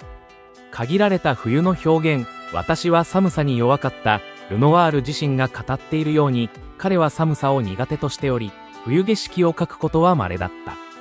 画商アンブロワーズ・ボラールに対して彼はこう述べている。私は寒さに弱かったから、冬の風景といえばこの作品だけだね。あとは2、3点の小さな修作も覚えているよ。この発言は、ルノワールの制作において季節感がどのように作用していたかをよく物語っている。印象派の画家たち、例えばモネやピサロ、カイユボットといった仲間たちが、雪の反射や霧に包まれた風景をしばしば描いたのとは対照的に、ルノワールにとって冬はあまり親しみのある主題ではなかった。そのため、この雪景色は、彼の全作品中でも得意な位置を占める。つまり、この作品は単なる雪の風景画ではなく、ルノワールの詩情が寒さを超えて表現された、非常に個人的かつ挑戦的な一枚なのである。画面構成と色彩、白の中に宿るぬくもり。本作では、雪に覆われた静かな田園風景が描かれている。木々は葉を落とし、黒々とした枝を空に伸ばし、地面は厚く雪に覆われている。円形には屋根に雪を積もらせた農家や小さな建物が、柔らかい輪郭で配されており、全体的に沈んだ静筆な空気が漂っている。ルノワールは、雪の白さを単なる無彩色としてではなく、光と影の微妙な変化を映し出す媒体として扱っている。白の中にわずかにピンクやブルー、淡い灰色が差し込まれ、色彩の豊かさを持っている点は、彼の典型的な色彩の画家としての資質を裏切っていない。特に画面右奥に差す柔らかい光は、冬の日差しのかすかな温かみを感じさせ、見る者に心地よい余韻を与える。このような光と色彩の扱いは、まさにルノワールらしいアプローチだと言える。冷たさを突き放すのではなく、むしろその中にぬくもりを見出そうとする姿勢が、本作を一層詩的な作品へと高めている。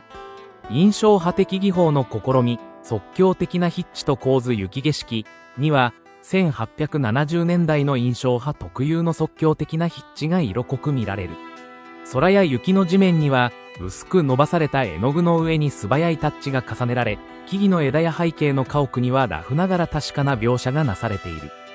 構図的には、画面の手前から中景、円形へと自然に視線が導かれるような奥行きが意識されており、雪の平面の上に数本の木が垂直に立つことで画面にリズムと緊張感がもたらされている。また、左右非対称の構図も、ルノワールの自由で柔軟な感性を示す。一見すると即興的に見えるこの構図は、実際には非常に計算されたものでもある。ルノワールはモネやシスレーなどと並んでバルビゾン派の自然観に学んでおり、その自然観と印象派的な瞬間描写が融合した結果、このような構成力が生まれている。同時代の作品との比較、ルノワールにとっての冬。1875年という時代は、ルノワールが印象派の展覧会に参加し始めた初期の時期にあたる。ちょうどこの頃、モネはアルジャントゥイユで雪の風景を描き、ピサロもポントワーズで冬の労働者たちの姿を作品に収めていた。それらの作品は、雪を素材にして都市や農村の日常を観察し、そこに光の変化や生活感を投影している。一方、ルノワールの雪景色は、あくまで静的で、人の姿は描かれていない。そのため、どこか抽象的で、記憶の中の風景のようでもある。つまりルノワールにとって、冬とは、克明な自然描写というより、詩的想起の場として選ばれたのではないだろうか。彼がわずか数点しか書かなかったこのテーマに、心のどこかで強い印象を残していたことは疑いない。絵画史における位置づけ、冬のルノワール、再評価の機運本作雪景色は、ルノワール作品としては珍しく、また彼の作風における変遷をたどる上でも貴重な資料となっている。色彩へのこだわり、筆致の軽やかさ、空気感の表現といった彼の画家としての本質が、冬の景色という制限の中で逆に際立っている。近年の研究では、このような異例の作品こそが、画家の内面や表現の幅を再認識させる鍵として注目されている。2025年の展覧会においても、この雪景色は、陽光の画家として知られるルノワールのもう一つの姿を示す重要な作品として扱われていた。また、冬というテーマは、印象派においても実は重要な試金石であり、白の中にどれだけの色彩を込められるかが、画家の力量を試す場でもあった。その意味で、この作品はルノワールが色彩の魔術師であることを改めて印象づける一枚である。一枚の雪景色が語るもの雪景色は、決してルノワールの代表作ではない。しかし、だからこそ、この作品には彼の詩的な眼差しと誠実な絵画への取り組みが、静かに、しかし確かに宿っている。寒さに弱く、冬を避けてきた画家が、それでも描かずにはいられなかったひとときの風景。それは、彼の中にある自然への愛情が、一時の不便や困難を乗り越えて立ち上がった結果でもある。この作品を前にすると、見る者は自然と深呼吸をしたくなるだろう。冬の冷たさと静けさの中に漂う、暖かな光と色彩の気配。それこそが、ルノワールが見つめた雪景色だったのである。ピエール・オーギュスト・ルノワールの作品、桃。日常の中の喜びと色彩の共演。ピエール・オーギュスト・ルノワールは、印象派の中でも特に愛され続けている画家の一人です。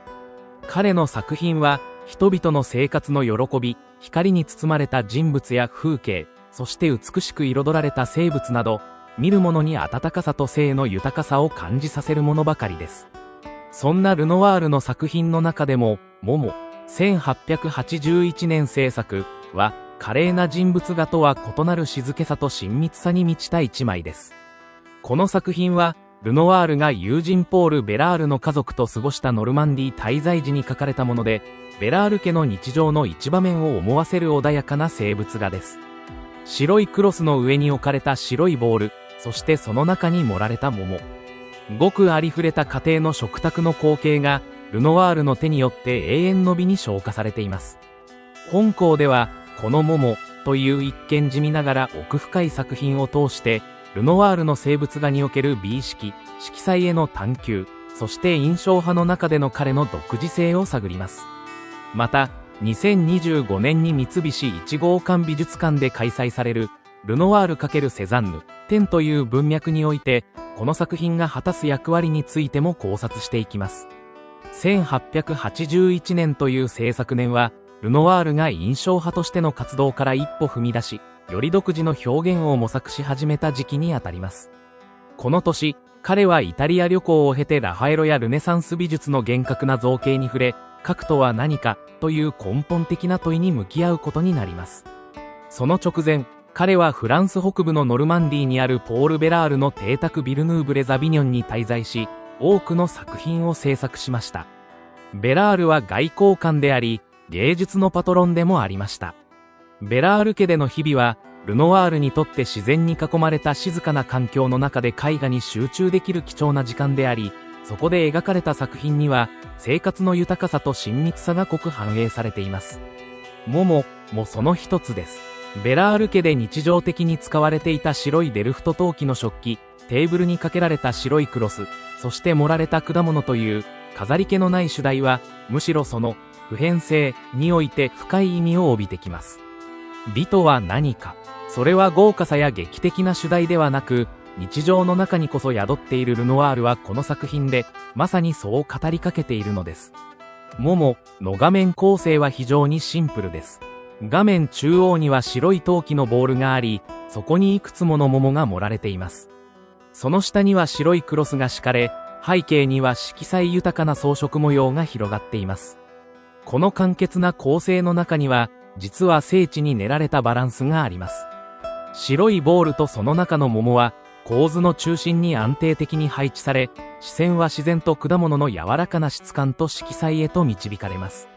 テーブルの面やクロスのひだは、ほのかな斜めの線を描き、画面に奥行きと流れを与えています。また、背景にあしらわれた壁紙あるいはタペストリーとおぼしき模様は、青、赤、黄、緑といった明快な色彩で描かれており、桃の柔らかなオレンジや白との対比によって、より豊かな視覚的リズムを生んでいます。単純な構図でありながら、全体として一枚の音楽のように色と形が調和し、生物画ならではの視覚の快楽が生まれているのです。ルノワールの真骨頂は、何といってもその色彩感覚と筆使いにあります。本作桃では、その柔らかな色の重なりと光の表現が極めて効果的に用いられています。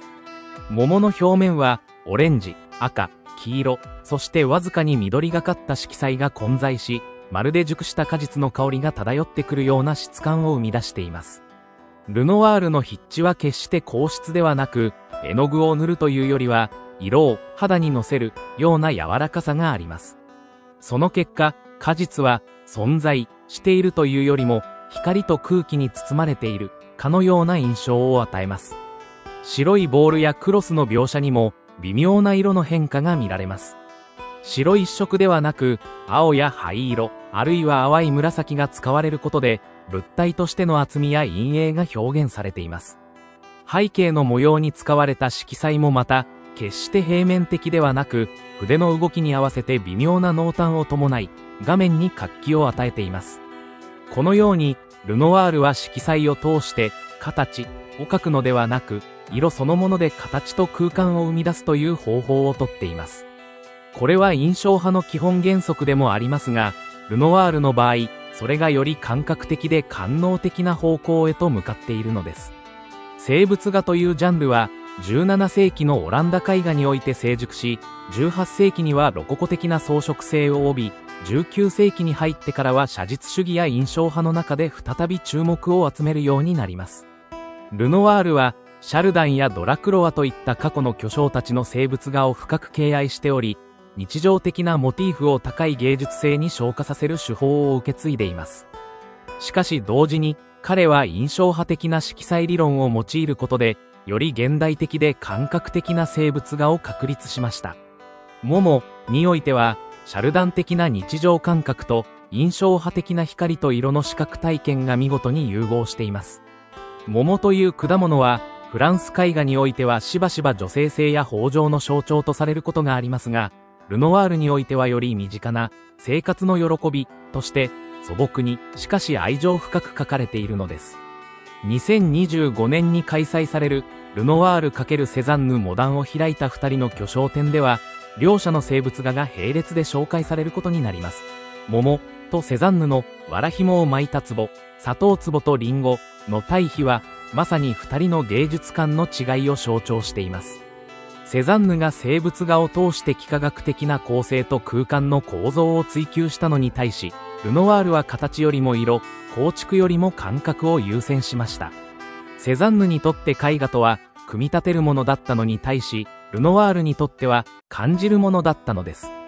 この違いは芸術における見ることの多様性を示しており、印象派以後のモダンアートがどのように多様な道を歩み始めたかを理解する上で非常に重要です。桃はそうした対話の中で、ルノワールの芸術がいかに生活と美を結びつけたかを語る鍵となる作品です。桃は一つの果物を通して視覚、感覚、そして生活の喜びを語る作品です。その美しさは特別な主題や技巧にあるのではなく、むしろ日常という何気ない場面に美を見出すルノワールの眼差しにあります。桃の柔らかな色、白い器とクロスの清潔な明るさ、背景の色彩のリズム、すべてが調和し、一枚の絵画が静けさの中の喜びを体現しています。この作品を前にしたとき、私たちはルノワールが絵画に託した生活を愛しむ心に触れることになるのです。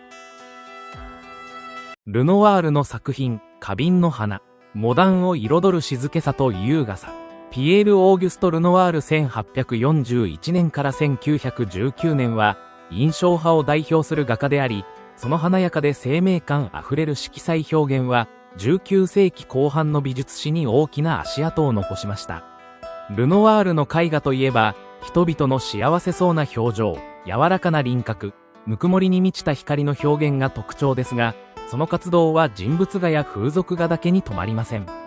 生物画、とりわけ、花を題材とした作品群にも、彼の画家としての感性と探求心が存分に現れています。本校で取り上げる、花瓶の花、1898年制作、オランジュリー美術館所蔵は、そうしたルノワールの生物画の中でも特に魅力的な一作です。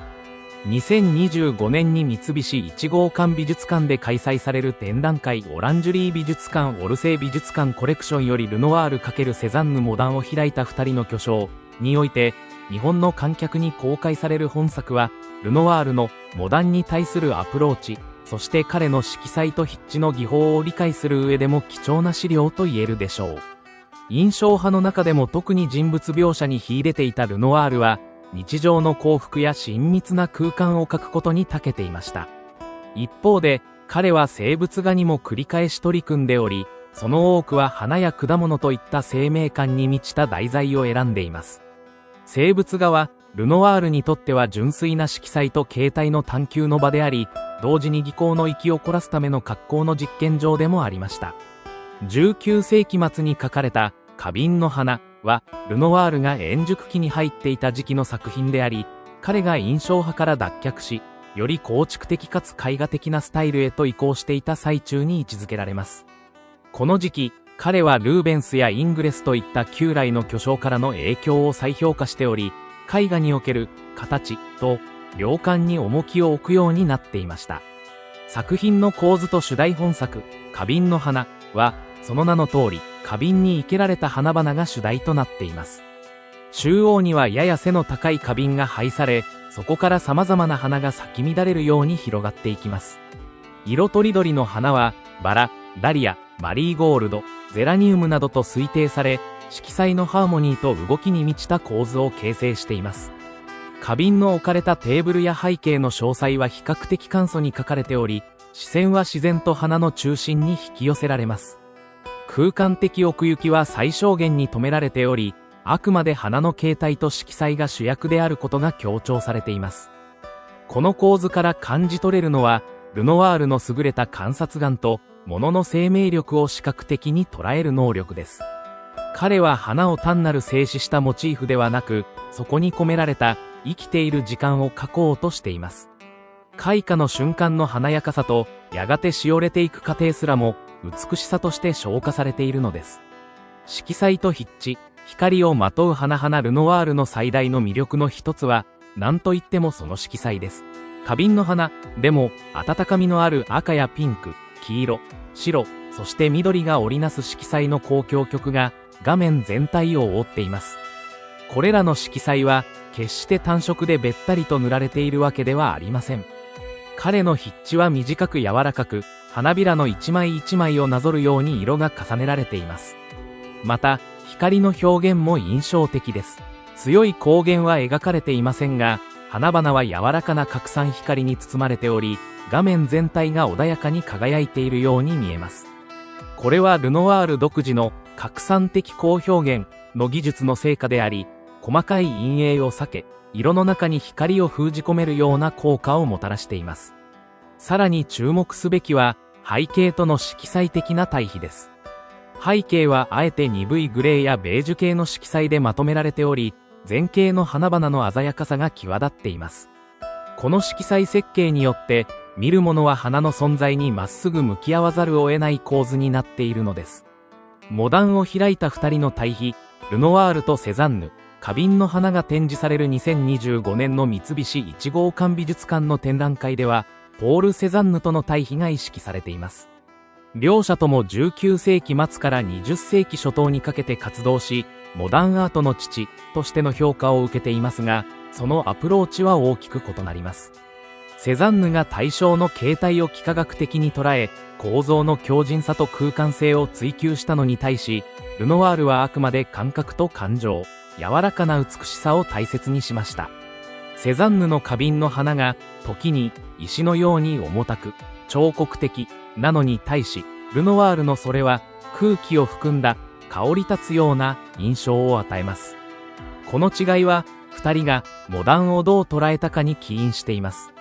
セザンヌは絵画を構築するものとみなし、ルノワールは生の喜びを映し出すものと捉えたのです。両者の作品を並べて見ることで、モダンアートの多様性、そして見ることの意味の広がりを観客は体感できるでしょう。鑑賞の楽しみ、見る者に語りかける花々。花瓶の花は、ある意味で見る者に対してとても開かれた作品です。人物画や歴史画のような明確な物語はありませんが、その分、見る者は自由に色彩や形、質感に目を遊ばせることができます。花は、日常の中にあるささやかな実の象徴であり、人生の喜びや儚さをも内包するモチーフです。ルノワールの筆によって描かれた花々は、まるで音楽のように画面の中で響き合いながら、見る者の心に静かに語りかけてきます。この一瞬が美しい、と。そう語りかける花々の姿は、時代を超えて共感を呼ぶ普遍的な力を持っているのです。花瓶の花は、ピエール・オーギュスト・ルノワールが晩年に到達した静かな感性の境地を象徴する作品です。華やかな色彩、柔らかな筆致、穏やかな光。そこには、彼が一貫して追い求めた生の喜びと視覚の快楽が凝縮されています。2025年の展覧会では、こうした生物画が持つ豊かな表現がセザンヌの作品とともに紹介されることで、より深い理解と新たな発見が得られることでしょう。ルノワールの花瓶の花は、ただの花の絵ではありません。それは、私たちの日常の中にある見栄の眼差しを思い起こさせる静かなる賛歌なのです。柔らかな存在のひととき、ピエール・オーギュスト・ルノワール、リンゴと梨をめぐる生物画の詩学。絵画はまず、目を喜ばせるものでなければならない。そう語ったピエール・オーギュスト・ルノワールは、その芸術理念の核心を、華やかな肖像画や光に満ちた風景画だけでなく、一見地味にも見える生物画においても貫いていた。1895年頃に描かれた、リンゴと梨は、その代表的な一作である。果物という伝統的主題を扱いながら、ルノワールはこの画面において、単なる写実を超え、色彩と質感の魔術によって、豊かに生きる者たちの気配を呼び覚ましている。本作は2025年、東京、丸の内の三菱一号館美術館で開催される展覧会、ルノワール×セザンヌモダンを開いた二人の巨匠にて紹介される。共に19世紀末のフランス絵画に革新をもたらした二人の画家は、生物というジャンルにおいても独自の道を歩んだ。本校では、その対象を意識しながら、リンゴと梨の内容に広がるルノワールならではの市場に光を当ててみたい。視覚の喜びを紡ぐ構図と色彩、まず本作の構図に注目してみよう。白地のクロスの上に、いくつかのリンゴと洋梨が無造作に置かれている。果実たちはやや左寄りに寄せ集められ、背景の右側には深みのある褐色の器が置かれている。明確な中心を描いたこの配置は、日常の何気ない瞬間を切り取ったような即興性を帯びながら、画面全体に均衡とリズムをもたらしている。果物のフォルムは柔らかく、輪郭はあえて曖昧にされ、色彩の揺らぎの中に自然に溶け込んでいる。リンゴの赤、黄、橙が、梨の淡緑や金色と溶け合い、まるで呼吸するような温度を帯びて画面上に広がっていく。果実は、物として描かれているのではなく、光と空気の中に置かれた存在として捉えられているのだ。白いクロスは冷たく無機的な背景ではない。そこにもルノワール特有の筆致短く、柔らかく、回転するようなストロークが息づいており、シワや起伏によって柔らかな地形が描かれている。それは布であると同時に、果物を包み込む空間の肌とも言えるだろう。手触りの絵画、あるいは触覚の光。ルノワールの生物画が多くの画家たちと一線を画すのは、その圧倒的な触覚性にある。目で見るだけでなく、触れて感じる絵画。これは、彼が絵の中に肌のようなものを求めていたからに他ならない。この、リンゴと梨でも、果物は光を反射して輝くのではなく、あたかも光そのものが果実の中から発されているように描かれている。色彩は単なる表層ではなく、果物の内部から滲み出ているようだ。ルノワールにとって色とは、対象の外側をなぞるものではなく、内側から現れる生命の現れであった。このような描写の背景には、彼のリウマチとの闘病がある。すでに本作の頃には指に痛みを抱えており、晩年には筆を手に縛り付けて描くほどだった。彼の筆致が一層丸みを帯び、柔らかさを深めていったのは、そうした身体的制限を逆に絵画の表現へと昇華させた結果だったのだろう。果実の丸み、布のうねり、空間のぬくもり、そのすべてが触れること、絵の想像をかきたて、見る者の身体的な感覚を呼び覚ます。視覚と触覚が交差する場所、そこにルノワールの生物画が持つ本質的な魅力がある。セザンヌとの違い構築と感覚の分水嶺。本展覧会では、セザンヌの生物画とルノワールの生物画とが意図的に併置される。両者は同時代を生き、交流もあったが、絵画に対する態度は全く異なっていた。セザンヌは生物画において、幾何学的構造と空間の厳密な把握を追求した。果物の配置、台の傾き、陰影、遠近法。彼にとって果物は、見え方の問題を考察するための実験装置であり、現実世界の不安定さを理性的に捉え直すための対象であった。それに対しルノワールは、果物をめでる対象として、目と心を楽しませる存在として描いた、リンゴと梨において、リンゴや梨はそこにあるものとして存在しており、構図の力学よりも、色彩と光の戯れの中に置かれている。この違いは、芸術の本質に対する二人の異なる問いを明確に映し出している。セザンヌがどう見えるかを問い続けたのに対し、ルノワールはどう感じるかを問い続けた。両者の生物画の併置は、まさに近代絵画の分水嶺を体感できる貴重な機会となるだろう。豊穣の象徴から視覚の牧歌へ、生物画における果物の描写は、17世紀オランダ絵画以来、豊穣、享楽、儚さといった象徴的意味を担ってきた。だがルノワールは、それらの象徴性を意図的に解体し、見えること自体の喜びを最前形に据える。本作の果物たちは、食欲や偶意を超えて、美しさそのものとして画面に存在している。彼らは喋らないが、色と形と筆色の中で呼吸しており、見る者の感覚を優しく満たす。これは、装飾的でありながら内面性に富む、19世紀末の絵画における、視覚の牧歌的表現の典型である。ルノワールの果物は、単にそこに置かれているだけで、見る者の心を鎮め、豊かにする。感情や理屈を超えて、絵画がそこにあることの強さを感じさせてくれる。そこに、彼の芸術の最も深い美学が宿っている。絵画は、幸福の容器である。リンゴと梨は、絵画が幸福の容器たりうることを静かに証明している。そこに書かれた果物は、人々の口に入ることはない。だが、それらは見る者に静かな慰めと安らぎを与える。ルノワールにとって、それこそが芸術の役割であった。この作品を前にしたとき、私たちは日常の些細な瞬間に宿る美の存在を改めて思い出すことになる。果物の丸み、色のにじみ、布のシワそれらすべてが、誰もが見過ごしがちな現実の中の歌である。リンゴと梨は、美術館という静かな場所で、目と心の耳を澄ませる者にだけ聞こえる、豊かな視覚の歌である。色彩は声を持たないが、そこには確かに、ルノワールの、見ることの愛、が語られているのだ。ルノワールの筆が語る甘美なる果実。いちご、1905年頃制作をめぐって、オランジュリー美術館に所蔵されているピエール・オーギュスト・ルノワールのいちごは、彼の晩年に描かれた生物画の一つであり、果物を主題とした一連の作品の中でも、ひときわ穏やかで親密な空気を漂わせている。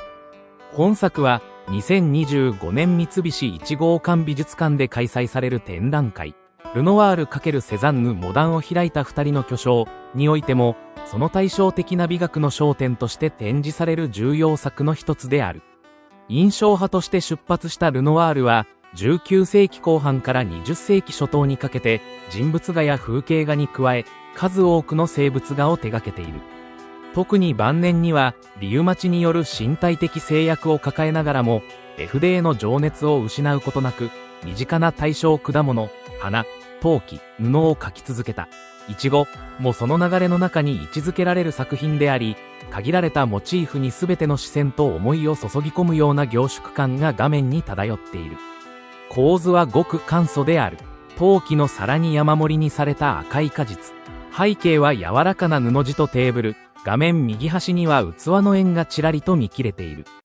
だがその限られた視覚情報の中に、驚くほどの豊かさと多様性が込められている。いちご一粒一粒の描写には、見る者の視線を誘うような鮮烈な赤と艶やかさが宿っている。ルノワール特有の輪郭線を溶かすような筆使いと、微細な赤の回調によって、果実は単なる食物ではなく、生命そのもののように感じられる。背景とのコントラストも見事で、果実の濃密な赤が、生成の布地や陶器の柔らかな白とぶつかり合うことなく調和している。その調和の中に、静けさと色彩の喜びが共存する。本作は視覚的快楽と官能性、そして対象への慈しみを同時に備えており、まさにルノワールの美的世界を凝縮した小宇宙である。ルノワールは、生涯にわたって、絵は楽しいものでなければならないと語っている。その言葉通り、いちごには、見るものを幸福へと導く穏やかな力が満ちている。果物というモチーフは、美術史上、享楽、官能、儚さ、自然の豊かさなど多くの意味を担ってきた。中でもイチゴは、その色と形ゆえに、少女の唇や頬、あるいは恋の予兆といった象徴的な読み取りも可能な果実である。だがルノワールはそうした偶意性を誇張せず、むしろ無意識に、あるいは意識的に排除するかのように、純粋な、見ることの喜びだけに集中している。これは、ルーベンスやブーシェといった18世紀のフランス絵画の系譜を組みつつ、近代の新たな感覚主義を切り開こうとする姿勢とも見て取れる。とりわけ晩年の彼にとって、絵を描く行為そのものが制限された体の中で自由を得る唯一の手段だった。リウマチの進行によって種子の自由が失われ、筆を包帯で手にくくりつけて描いていたことは有名である。だが、イチゴからは、そのような困難の影すら感じさせない、むしろ生の喜びそのものが伝わってくる。色彩はまるで絵筆からではなく、彼の手のひらや心臓から直接キャンバスに染み出してきたかのようである。ルノワールにとって色彩は単なる視覚要素ではない。それは触覚的な体験であり、感情のひだであり、愛撫の手つきであった。イチゴにおける赤の多様な層は、いわば絵画における皮膚のようなものであり、見る者は視線を通じてそれを撫で、味わうことができる。画面には、冷たさや硬さは一切存在せず、すべてが柔らかく、親密で、温かい。このような色彩の感覚的アプローチは、フォービスムの先駆ともなったマティスや、親密な室内空間を描いたボナールといった広大の画家たちにも影響を与えている。だが、ルノワールの色彩は彼らと比べてより感情に即しており、知的構築よりも直感的な感性の中で熟成されている点で得意である。赤は赤として、白は白として、彼の手の中で有機的に呼吸し始めるのだ。2025年の展覧会では、本作がポール・セザンヌの生物画と並べて展示されるという点にも注目したい。セザンヌにとって果物は、視覚の構造を解明するための道具であり、画面を支配する構築的な重量の単位であった。彼の果物は冷たく、動かず、厳格である。それに対し、ルノワールのイチゴは温かく、柔らかく、触れたくなるような感覚の泉である。両者の生物画を併置することは、印象主義からモダニズムへの移行における感覚と構築の分岐点を明らかにする上で極めて有効である。美術史において、果物は単なる対象物ではなく、芸術家の思考と感情を託す鏡であり続けてきた。セザンヌは構造を描き、ルノワールは愛を描いた。果実一つにも、それぞれの人生観、芸術観、そして世界との向き合い方が表出している。果実という祝祭、ルノワールのイチゴは、小さな画面の中に、絵画という行為の根源的な喜びを宿している。それは色彩への目であり、触覚的な視覚体験への信頼であり、何よりも日常の中の美への確信に満ちている。見る者はこの作品の前で時間を忘れ、視線を委ね、果実の香りすら感じ取るような錯覚を覚えるだろう。静かに湧き出す赤の波紋に触れながら、ルノワールが晩年なおも手放さなかった見ることの喜びに私たちは共に包まれるのだ。彼が果実に託したのは、絵画が人間に与えうる最も純粋な幸福。それは技巧でも思想でもなく、ただ一瞬の美そのものである。そしてそれこそが、現代においてなおルノワールをモダンの先駆として再評価すべき理由なのである。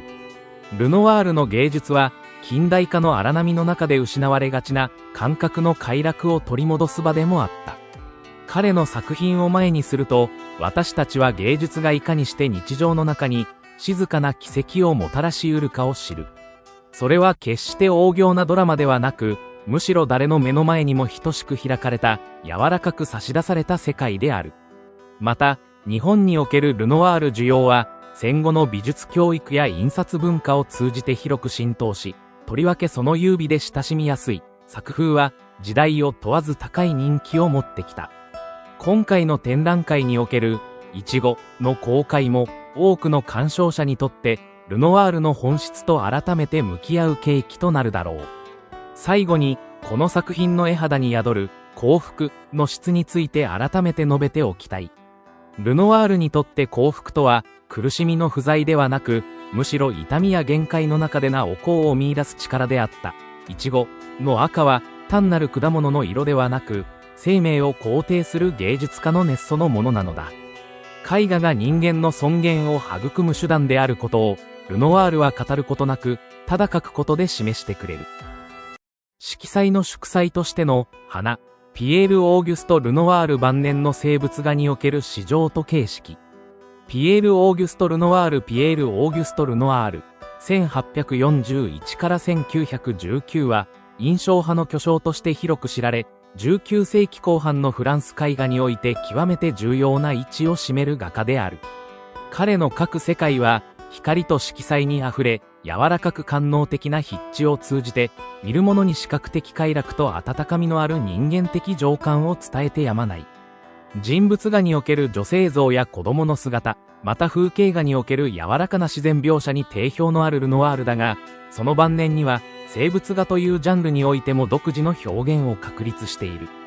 ルノワールにとって花を描くという行為は単なる生物の再現ではなく、色彩によって生命の根源に触れるための芸術的行為であった。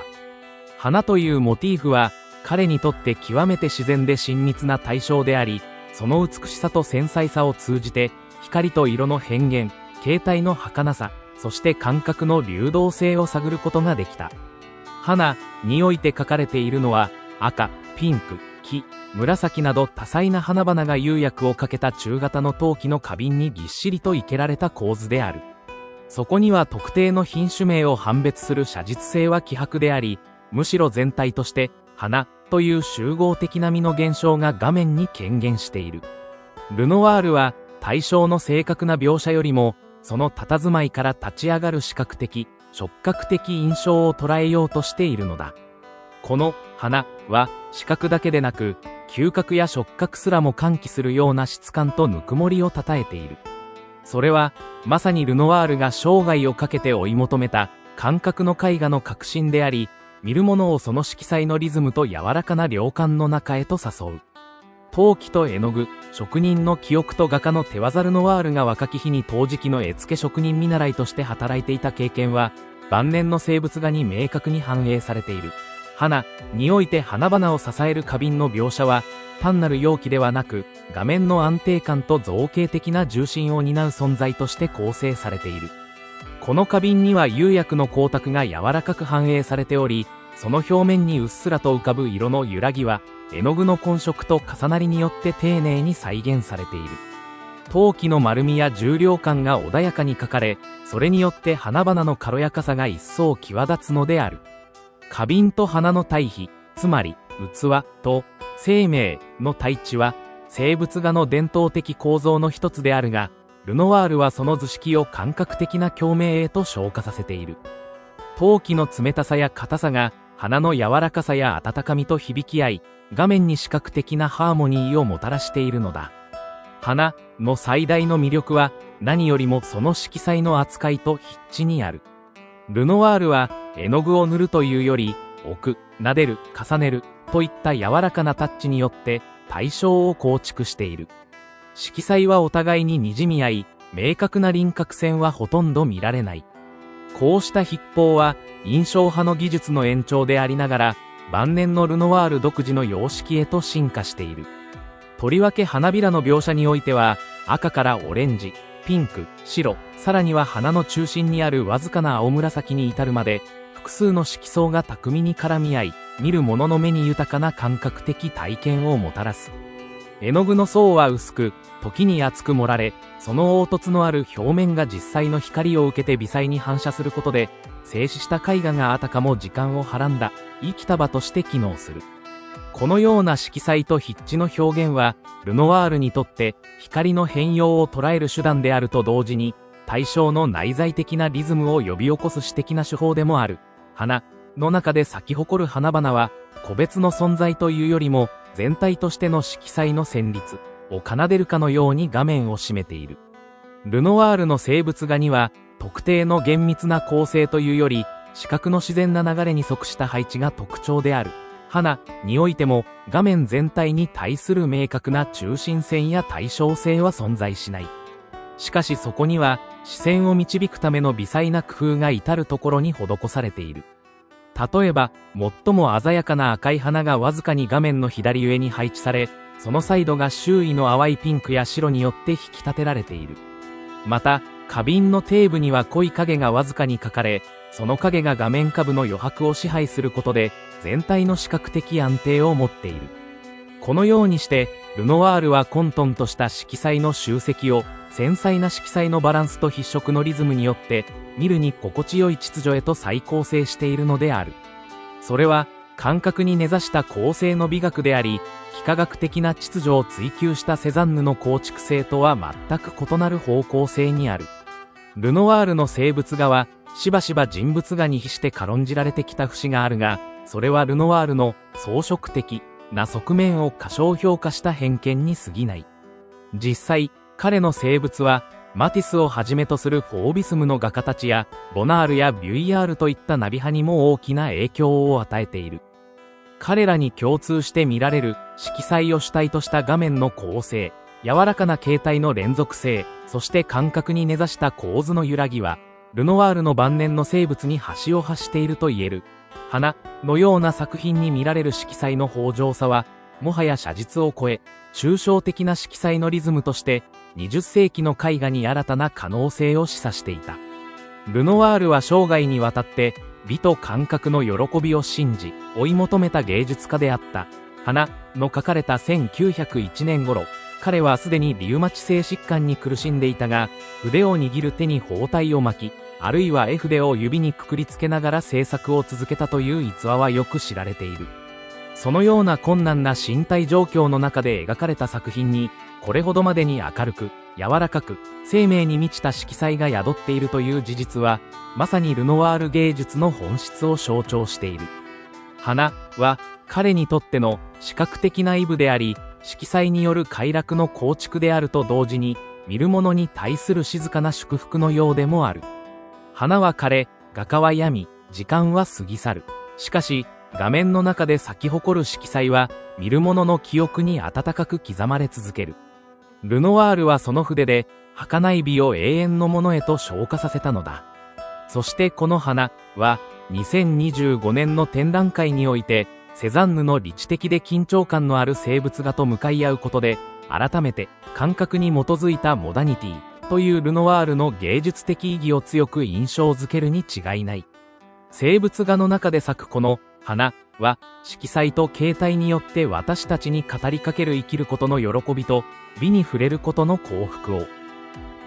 作品、チューリップ、ルノワール晩年の生物に宿る絢爛なる生命。ピエール・オーギュスト・ルノワールは、印象派の創始者の一人として知られ、人物画や風景画において、光と色彩の効果を探求し続けた画家である。彼の名はしばしば、陽光を浴びる肌、優雅な女性たちの佇まい、祝祭的な空気に満ちた屋外の情景などと結びつけられるが、彼の晩年の制作において、生物画、特に花は極めて重要な位置を占めている。本校では、その中でも1905年頃に制作された、チューリップに焦点を当て、画面に息づく形態と色彩の詩学、そしてその背景にある芸術的施策について、詳細に読み解いてみたい。花は、戦闘場面である、生命力と情熱の工作。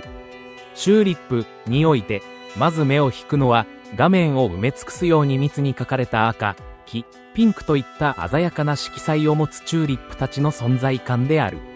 これらの花々は単なる装飾的なモチーフとしてではなく、ルノワールの絵筆によって一つ一つがまるで鼓動するかのような強烈な生命感をたたえている。彼は晩年、自身の花の絵について、親交のあった画商ボラールに対して、花を描くことはドラクロワの戦闘場面のようなものだと語ったと伝えられている。その言葉は一見奇異にも映るが、チューリップの前に立つと、それが単なる比喩ではなく、彼の筆致に込められた実感そのものであることが理解される。画面の中で花々は互いにぶつかり合い、前景から奥へと広がる流動的な構成の中で、一瞬たりとも静止することなく、咲き誇ることの激しさを演じている。花は、生命の儚さや美の象徴として西洋美術において長く扱われてきたが、ルノワールのチューリップは決して物静かな、装飾的な詩ではない。それはむしろ、生の絶頂、咲き乱れる歓喜の瞬間を、絵の具の物質性によってあらわにした祝祭的な存在として立ち上がる。生物におけるルノワールの革新性。ルノワールが生物画に本格的に取り組むようになったのは、1900年前後、彼がリウマチの進行によって自由な外出や人物のスケッチが困難になり、アトリエの中での制作に重きを置くようになった頃である。したがって、晩年の生物画には、彼の絵画人生の総決算ともいえる諸要素、色彩、構図、筆色、量感への意識などが凝縮されている。チューリップでは、花々が生けられた統制の花亀も注目に値する。画面の中央にどっしりと据えられたこの花瓶は、あたかも咲き乱れる色彩の基礎をなすように、落ち着いた釉薬のデリと滑らかな形態をもって画面を支えている。この陶器の質感表現において、ルノワールがかつて陶磁器の絵付け職人として働いていた経験が生かされているのは明白である。花亀の陰影には、微妙な色の重なりと柔らかな光の反射が書き込まれ、それによって画面全体の調和が保たれている。このようにしてルノワールは、花の持つ色彩の本流を物質的な支柱によって画面内に定着させることに成功している。彼の生物は、伝統的なモチーフの陳列としての生物とは異なり、色彩の運動と量感のバランスを綿密に計算した上で成立しているのだ。色彩の音楽、セザンヌとの対比において、本作、チューリップは、2025年に三菱一号館美術館で開催される展覧会、ルノワール×セザンヌモダンを開いた二人の巨匠において、セザンヌの青い花亀の花などと並んで紹介される。本展の試みは、異なる芸術理念を持った両者の生物画を対照的に並べることで、それぞれの絵画世界の特質を浮かび上がらせることにある。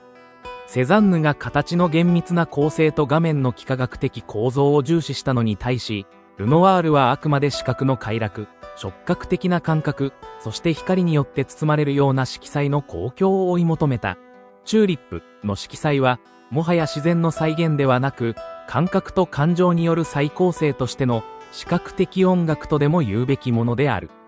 明確な輪郭線が配され、あらゆる形が柔らかな筆致によって滲み合うことで、画面全体に芳醇なリズムが生まれている。このようなルノワールの色彩操作は、決して偶発的なものではない。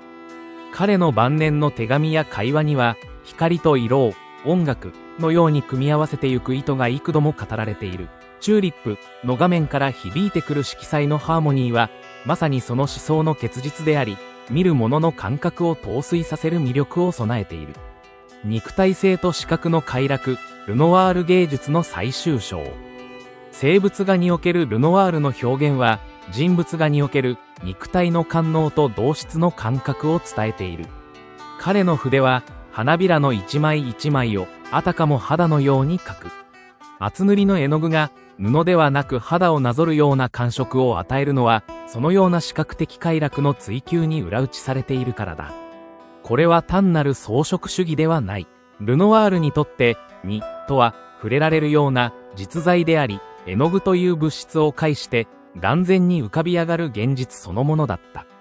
彼の花の絵は、その理念を最も純粋な形で具現化した成果である。とりわけ、チューリップのように、色彩が満ち満ちた画面においては、見る者の眼差しは特定の焦点を持たず、むしろ画面全体を回遊するように誘導される。その視覚体験は、静止したイメージというより、視覚の中で起きる運動そのものであり、感謝の体をも巻き込むダイナミズムを生み出す。まさにルノワールの目指した触れるような絵画であり、絵画と体の境界を曖昧にする力がここに宿っている。終わりに、花と共鳴する魂の色彩。ルノワールがチューリップにおいて到達したのは、単なる花の美しさを描くことではない。それは、花を媒介として色彩の中に存在する生命そのものを描き出す試みであり、画家自身の魂の共鳴でもあった。晩年のルノワールは、リウマチによる苦しみを抱えながらも筆を握り続け、筆をくくりつけた手で花を描いた。痛みにもかかわらず、痛みの中でこそ、彼は絵筆によって色彩の歓喜を引き寄せたのだ。そのような背景を知った上で、チューリップを見ると、そこに咲き誇る花々が単なる自然の産物ではなく、画家の生への肯定と美への信念の結晶であることがはっきりと伝わってくる。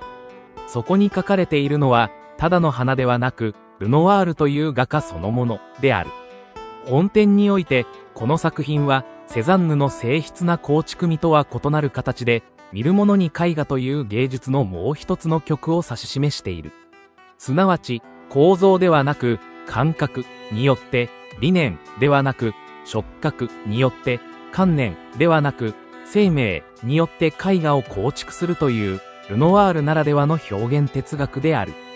チューリップは、そうした哲学が結晶した色彩の祝祭にして、生物というジャンルにおける最も豊穣な果実の一つなのである。不在の気配、舞台の外の詩学、ピエール・オーギュスト・ルノワール作品桟敷席の花束。1880年頃に制作されたピエール・オーギュスト・ルノワールの桟敷席の花束は、彼の画業における劇場空間を扱った数少ない静筆な一作である。その絵には舞台も俳優も描かれておらず、代わりに観客席、すなわち桟敷席の赤い肘掛け椅子の傍らに置かれた花束だけが静かに佇んでいる。この作品は、ルノワールが光や色、人物表現に向けていた関心を一時的に脇へ置き、空間と不在の感覚、すなわち人がいたという痕跡を主題とした極めて詩的かつ知的な挑戦であった。本作は劇場という空間を舞台ではなく観客席から捉えた点において極めてユニークである。しかもそこには人影がない。画面の主役は鮮やかな赤の肘掛け椅子とそこに置かれた一足の花、そしてわずかに見える薄灰色の手すりである。こうした人がいない空間に焦点を当てることは、実は極めて繊細な観察力と詩的感性を要する試みである。通常、劇場を描くとなれば、舞台装置や華やかな衣装、あるいは役者や観客の熱気に満ちた場面が選ばれる。だがルノワールは、その喧騒が過ぎ去った後の、あるいは開演前の、ひとときの沈黙に美を見出したのである。それはまるで、何かを待っているかのような、あるいは何かが終わった後の余韻を感じさせる。赤い椅子はまだぬくもりを持っているかのようであり、花束は持ち主の帰還を静かに待っている。人物は描かれていないが、だからこそ、その不在がかえって強烈な存在感を放っている。これは、視覚的沈黙を通して、気配や記憶を書こうとする、ルノワールの詩的な眼差しの表れであろう。画面の焦点は、肘掛け椅子に置かれたバラの花束にある。その色彩は赤から白、桃色に至るまで、微細な濃淡をもって表現され、花びらの重なりにはルノワール特有の柔らかな筆致が宿っている。それはまさに、彼が長年描いてきた女性の肌やドレスの質感を連想させる官能性を称えた描写である。しかしこの花束は、単なる生物ではない。それは見えない人物、すなわちこの座席の主の代理者として書かれている。バラはしばしば女性性、に、恋、官能の象徴とされるが、この場合、花束は持ち主であるエレガントな女性の気配そのものを代弁している。つまりこの作品は、一人の女性の不在を通じて、その存在の記憶や気配を視覚的に召喚しているのである。また、バラが舞台に投げられることを考えれば、この花束は観劇を終えた後の記念品、あるいは誰かから贈られた贈答品であった可能性もある。そうだとすれば、この作品は一種の物語を内包した視覚装置であり、見る者の想像を刺激する装置として機能する。花束は誰のものか、彼女はどこにいるのか、なぜ席を外したのか、すべては語られず、しかし感謝の心中には小さな物語が芽生えてゆく。本作で特筆すべきは、その大胆かつ抑制された色彩構成である。画面の大部分を占める赤い椅子の色は、ルノワールが好んで使用したカドミウム系の色彩に近く、赤といっても単調ではなく、陰影により深みと立体感が与えられている。椅子の曲線的な背もたれや肘掛けの部分は黒い輪郭で縁取られ、装飾性を強調していると同時に、画面の構造的安定性を確保している。一方で、背景の灰色や手すりの淡い処理には、光の繊細な変化を捉える印象派的アプローチが残されている。これにより、画面全体は単なる生物的写実にとどまらず、まるで音楽のように色と形が奏で合う、装飾的詩情を称えている。このように、桟敷席の花束は、具象と抽象、描写と構成、生物と物語性という複数の要素が、見事にバランスを持ちながら共存している作品である。まさにルノワールがその画業の中盤において模索した、装飾性と感覚の統一の成果の一端と言えるだろう。ルノワールがこの作品を描いた1880年頃、パリはまさに華やかな都市文化の中心であった。オペラ座や喜劇座などの劇場は社交の場であり、観劇とは舞台を見ること以上に、着飾った観客たちが互いの存在を確認し合う空間であった。特に桟敷席は、貴族階級や新興ブルジョワジーの女性たちが、その美しさやファッションを披露する、見られる舞台ともなっていた。ルノワールもまた、そうした劇場文化に親しんでいた画家の一人である。彼の人物画にたびたび現れるレースやシルク、羽飾りといった装飾的要素は、当時の劇場文化と密接に結びついていた。この作品におけるバラの花束もまた、劇場という社交空間において、女性の存在の痕跡として極めて象徴的な意味を担っている。つまり、舞台を見るための空間ではなく、自身を演出する空間としての劇場その視点からこの作品を捉えるとき、私たちはより深い社会的意味の層に到達することができる。今回の展覧会、ルノワール×セザンヌモダンを開いた二人の巨匠は、印象派以後の美術が歩んだ二つの異なる道筋を提示する試みでもある。セザンヌが空間と形態の論理に重きを置き、目に見える世界を再構築することを試みたのに対し、ルノワールは、見ることの喜び、感覚の優越に重きを置いた。この桟敷席の花束における空間処理と色彩構成、そして、不在を描くという詩的手法は、セザンヌの持つ理知的構築性とは対照的である。セザンヌであれば、花束の構造や座席のパースを明確に捉え、それを幾何学的に配置したであろう。しかしルノワールは、あえてパースを曖昧にし、視線を特定の焦点に導かないことで、空間に漂う感覚や余白の美を追求した。このような比較は、印象派以後のフランス美術が、感覚の絵画と構築の絵画という、二つの軸をどのように発展させていったかを理解する上でも重要な視座を提供してくれる。ルノワールの桟敷席の花束は、まさにその感覚の軸における象徴的作品として位置づけられるべきである。桟敷席の花束は、ルノワールが単なる印象派の画家にとどまらず、詩的空間や記憶の層にまで関心を広げていたことを示す、静かな野心作である。人物を描かずに人物の存在を語る。舞台を描かずに劇場のドラマを伝える。花束はそのすべての代理として画面の中で豊かな声を発している。現代において私たちはしばしば視覚情報の洪水にさらされているが、ルノワールがこの作品で示したような視覚の沈黙、あるいは不在の美を感じ取る感性こそ、再び取り戻すべき資質なのではないだろうか。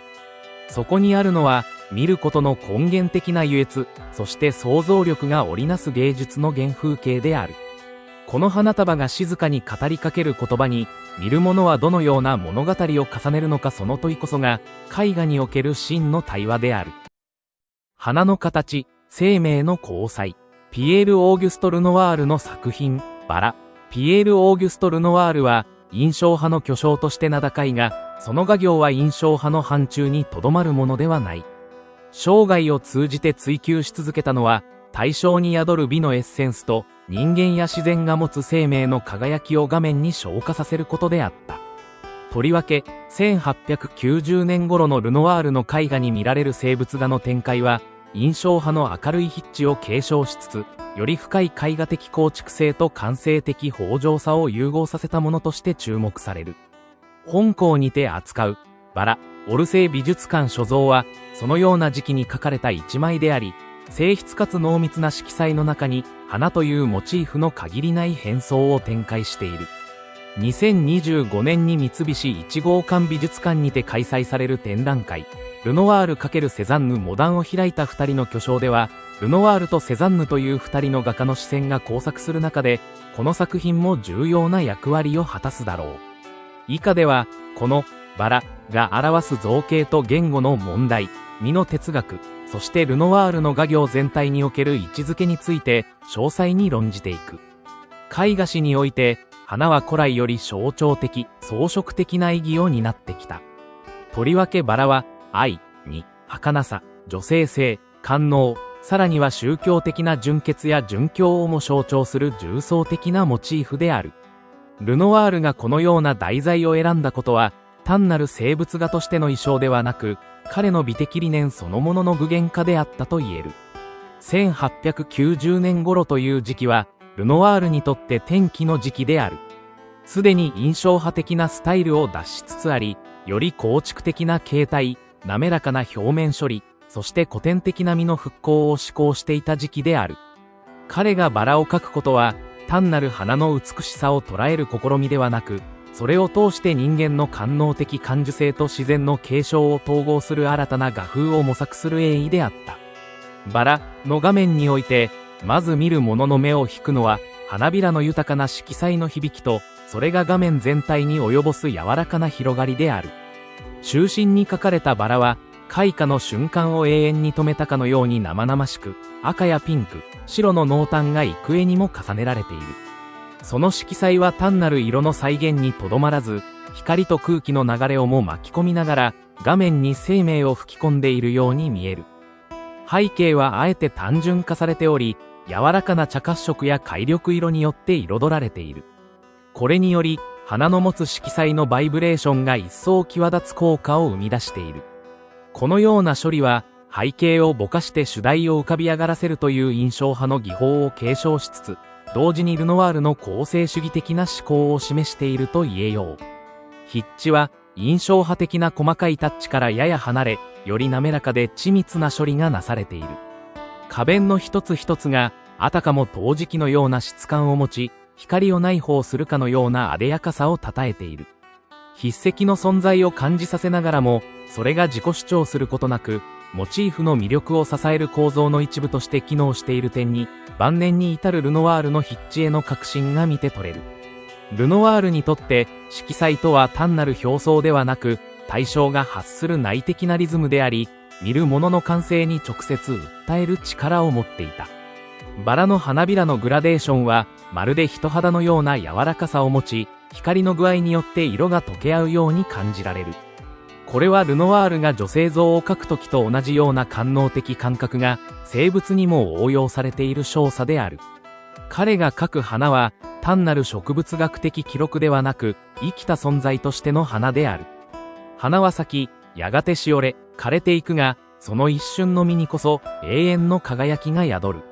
ルノワールはそうした刹那の美を捉えることで、見る者に感覚の喜びを喚起させようとした。とりわけこのバラにおいては、視覚的快楽の純粋化が極めて高い水準で達成されている。構図の簡潔さと色彩の豊かさのバランス、マチエールの滑らかさ、筆致の抑制が織りなすハーモニーは、ルノワールが到達した視覚史とも呼ぶべき境地を示している。ルノワールの花の絵は、しばしば人物画と比較される。特に、バラの花びらの重なりや丸みには、女性の体を思わせる柔らかさや生めかしさが宿っており、見る者の記憶や感覚を喚起する装置として機能する。つまり、バラは生物でありながら人物画的な身体性を内包するというルノワールならではの逆転的構図を体現している。2025年三菱一号館美術館で開催される展覧会、ルノワール×セザンヌモダンを開いた二人の巨匠は、ルノワールとセザンヌという一見対照的な画家の作品を併致し、19世紀末から20世紀初頭にかけての美術の変革期における彼らの貢献を再評価するものである。その中で、このバラが果たす意義は極めて大きい。セザンヌがリンゴ、野生物で追求したのは、形の堅牢さ、色彩の関係、そして空間の闘魚であったのに対し、ルノワールのバラは、より感覚的、官能的なアプローチである。どちらも生物画でありながら、対象への眼差しは全く異なる方向を向いている。すなわち、セザンヌが、見るとは構築することであるとするなら、ルノワールは、見るとは感じることであった。この対比は、展覧会全体を通じて通奏低音のように響くテーマであり、バラはその象徴的な作品として、見る者に問いを投げかける。すなわち、美とは何か、見るとは何か、感じるとは何か、と、ピエール・オーギュスト・ルノワールのバラは、その小さな画面の中に、彼の芸術思想のエッセンスを凝縮させた作品である。華やかさの背後には、花が持つ儚さと、感覚の絶対的瞬間が封じ込められており、それゆえに見る者の心を打つのである。セザンヌが自然を円筒、球、円錐によって処理することを求めた一方で、ルノワールは自然の中にある柔らかさ、温かさ、愛おしさを描こうとした。どちらの方向も20世紀以降の芸術にとって欠かせぬ礎となり、以降のモダンアートに多大な影響を与えた。バラは、そのようなルノワールの到達点を示すだけでなく、芸術における感覚の復権という課題を私たち現代人に改めて喚起する装置でもある。この作品が再び日本において公開される意義は、単なる歴史的美術品の展示にとどまらず、美と性の原点を見つめ直す貴重な契機となるであろう。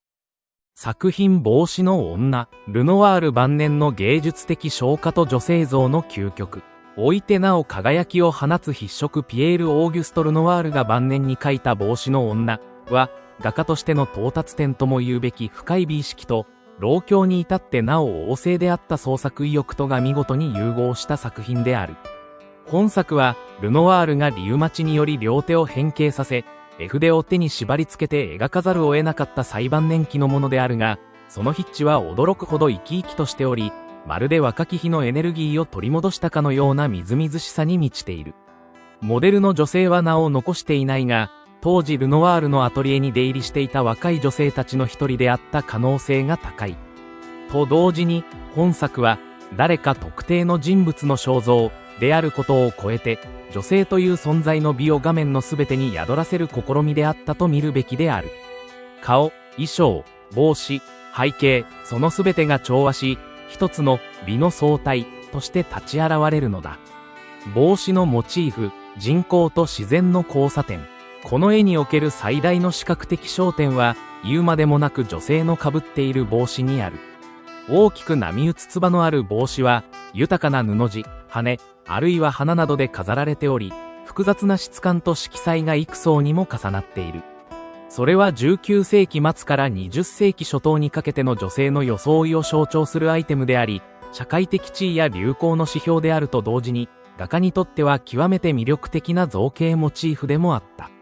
ルノワールは帽子を描く際、布地の柔らかさ、光を受けて揺らめく羽の質感、花弁の濃淡といった微細な表情を的確に捉えつつも、それをリアリズムに留めることなく、あくまで感覚的な美の本流として画面に定着させている。帽子は単なる衣服の一部ではなく、モデルの内面や個性を映す鏡であり、さらにはルノワール自身の色彩と形態への欲望が集中する場でもある。光の視覚、背景と願望の関係。ルノワールの作品に共通する特徴として、背景の扱いの巧みさが挙げられる。帽子の女においても、背景は緻密に書き込まれることなく、むしろ柔らかくぼかされ、色彩の微妙なグラデーションによって構成されている。この背景の曖昧さが、女性の顔や帽子、ドレスといった具体的なモチーフを際立たせるとともに、空間に豊かな広がりと柔らかな空気感をもたらしている。特に注目すべきは、顔の描写におけるルノワールの色彩的冒険である。ピンク、サーモン、オークル、乳白色などを複雑に重ねながら、肌の質感がまるで呼吸するように表現されている。帽子の影が頬に落ちる部分には、柔らかなグレーや青のトーンが混在し、写実を超えた詩的な光が生まれている。目元や口元の描写は詳細でありながらも決して硬直せず、むしろ全体の印象の中に溶け込むように処理されている。そこには、顔の造形そのもの以上に、存在の気配や情感を描こうとするルノワールの意志が感じられる。肖像画としての普遍性と匿名性。本作が肖像画でありながら、特定の人物の電気的情報に依存していない点も重要である。それは、この作品が肖像を超えた女性の理想像、いや、さらに言えば、芸術としての女性像を体現しているからである。鑑賞者は、この女性が誰であるかを知らなくても構わない。むしろ、その匿名性ゆえにこそ、見る者は自らの記憶や感情をこの画面に重ね、自由に想像を広げることができる。ルノワールにとって女性とは、常に美と生命力の象徴であった。特に晩年になると、彼の筆は次第に個人の特徴から離れ、理想化された存在としての女性を追い求めていくようになる。帽子の女もまた、その過程における頂点の一つであり、モデルの個別性を超えて、普遍的な女性性を顕現させた作品と言える。病を超える筆致、老境の画家の奇跡。この絵を語る際に忘れてはならないのは、ルノワールがこの作品を制作していた頃、すでに彼の肉体は極限状態にあったという事実である。慢性的な関節リウマチにより指は変形し、キャンバスの前に座ることさえ困難になっていた。絵筆は彼の手に包帯で巻きつけられ、助手の手を借りながら画布に向かわざるを得なかった。それにもかかわらず、この作品からは苦痛の気配は全く感じられない。むしろそこにあるのは、優しさ、明るさ、そしてぬくもりである。この明るさは、病に打ち勝った精神の光とでも言うべきものであり、絵を描くことがルノワールにとって生きることそのものであったことを強く示している。事実、ルノワールは晩年においても、画布の前に立つことを決して止めなかった。彼にとって絵画は自己表現の手段である以上に、美という概念と直結した性の証だったのである。帽子の女の柔らかな筆触、温かみのある色調、そしてそこから立ち上がる女性のしなやかな存在感は、すべて生きることの賛歌に他ならない。装飾性と構造性、ルノワールとセザンヌの対比。2025年三菱一号館美術館で開催されるルノワール×セザンヌモダンを開いた二人の巨匠展において、この作品が果たす役割は大きい。セザンヌが構造的な探求を通じて近代絵画の基礎を築いたのに対し、ルノワールは感性と装飾性に軸足を置き、人物表現の可能性を極限まで探求した。二人は共に近代絵画の扉を開いた存在でありながら、方法も思考も全く異なる。帽子の女は、ルノワールの芸術がいかに装飾的であったかを如実に示すものである。だが、それは表層的な意味での装飾ではない。装飾とはすなわち、色彩、形態、空間を用いて感覚的な喜びを生み出すことであり、それ自体が意味であり構造なのだ。このように、装飾と構造が分かちがたく結びついている点こそ、ルノワールの芸術の独自性であり、セザンヌとは異なる形でモダンを切り開いたゆえんである。帽子の女に見る永遠性、完成の遺産。最後に強調しておきたいのは、帽子の女に書かれているものが、単なる過去の一瞬ではなく、永遠の実の形であるという点である。絵の中の女性は、特定の時代や場所に縛られてはいない。彼女の装い、表情、存在感は、あらゆる時代の鑑賞者の心に語りかける普遍性を備えている。ルノワールはこの作品を通じて、美とは何か、女性を描くとはどういうことか、という問いに対する自らの答えを示している。それは写実でも象徴でもなく、感性によって見出され、感性によって構築される実である。そしてその実は、良や老い、あるいは時代の変化すらも超えて、なお人々の心を捉え続ける。バラを刺したブロンドの若い女性、ルノワール晩年の光と生命、永遠の女性像を描く、最晩年の輝き。ピエール・オーギュスト・ルノワールがその生涯の最終局面で描いた、バラを刺したブロンドの若い女性は、彼の芸術的栄意が晩年においてなお衰えることなく、むしろ一層高まりを見せていたことを示す傑作である。ルノワールは、この作品を描いた時期、関節リウマチによって体が甚だしく蝕まれており、両手の指は変形し、絵筆を手にすることすら困難な状態であった。だが、そのような肉体的困難にもかかわらず、彼の筆はなお、かつてと変わらぬ、いやそれ以上の情熱と直感に満ちた色彩と線の本流を画布に解き放っている。本作に書かれているのは、若きアンドレ・マドレーヌ・ウシュリングである。彼女は後に、カトリーヌ・ヘスリングとして映画女優となり、ルノワールの次男である映画監督ジャン・ルノワールと結婚することになる。すなわち本作は、ルノワールの最後のミューズにして、彼の家族の一員となる女性の姿を記録した、極めて詩的でありながら普遍的な美の追求を感じさせる肖像画である。柔らかさと輝きの中に宿る生命。画面には、肩をあらわにした若いブロンドの女性が、やや伏し目がちに佇んでいる。髪には、柔らかなピンク色を帯びた満開のバラがさりげなく刺され、その甘美な色調は女性の頬の好調と呼応するかのようである。背景は曖昧にぼかされ、どこまでも柔らかく、周囲の空気そのものが光を含んでいるかのような描写によって、女性像がまるで無限の中に浮かんでいるような印象を与える。ルノワールがこのような描き方を好んだのは、もはや写実的に、正確に、人物を描くことではなく、存在の本質、すなわち、光、と、美と、生命、を画面に凝縮させることを目指していたからであろ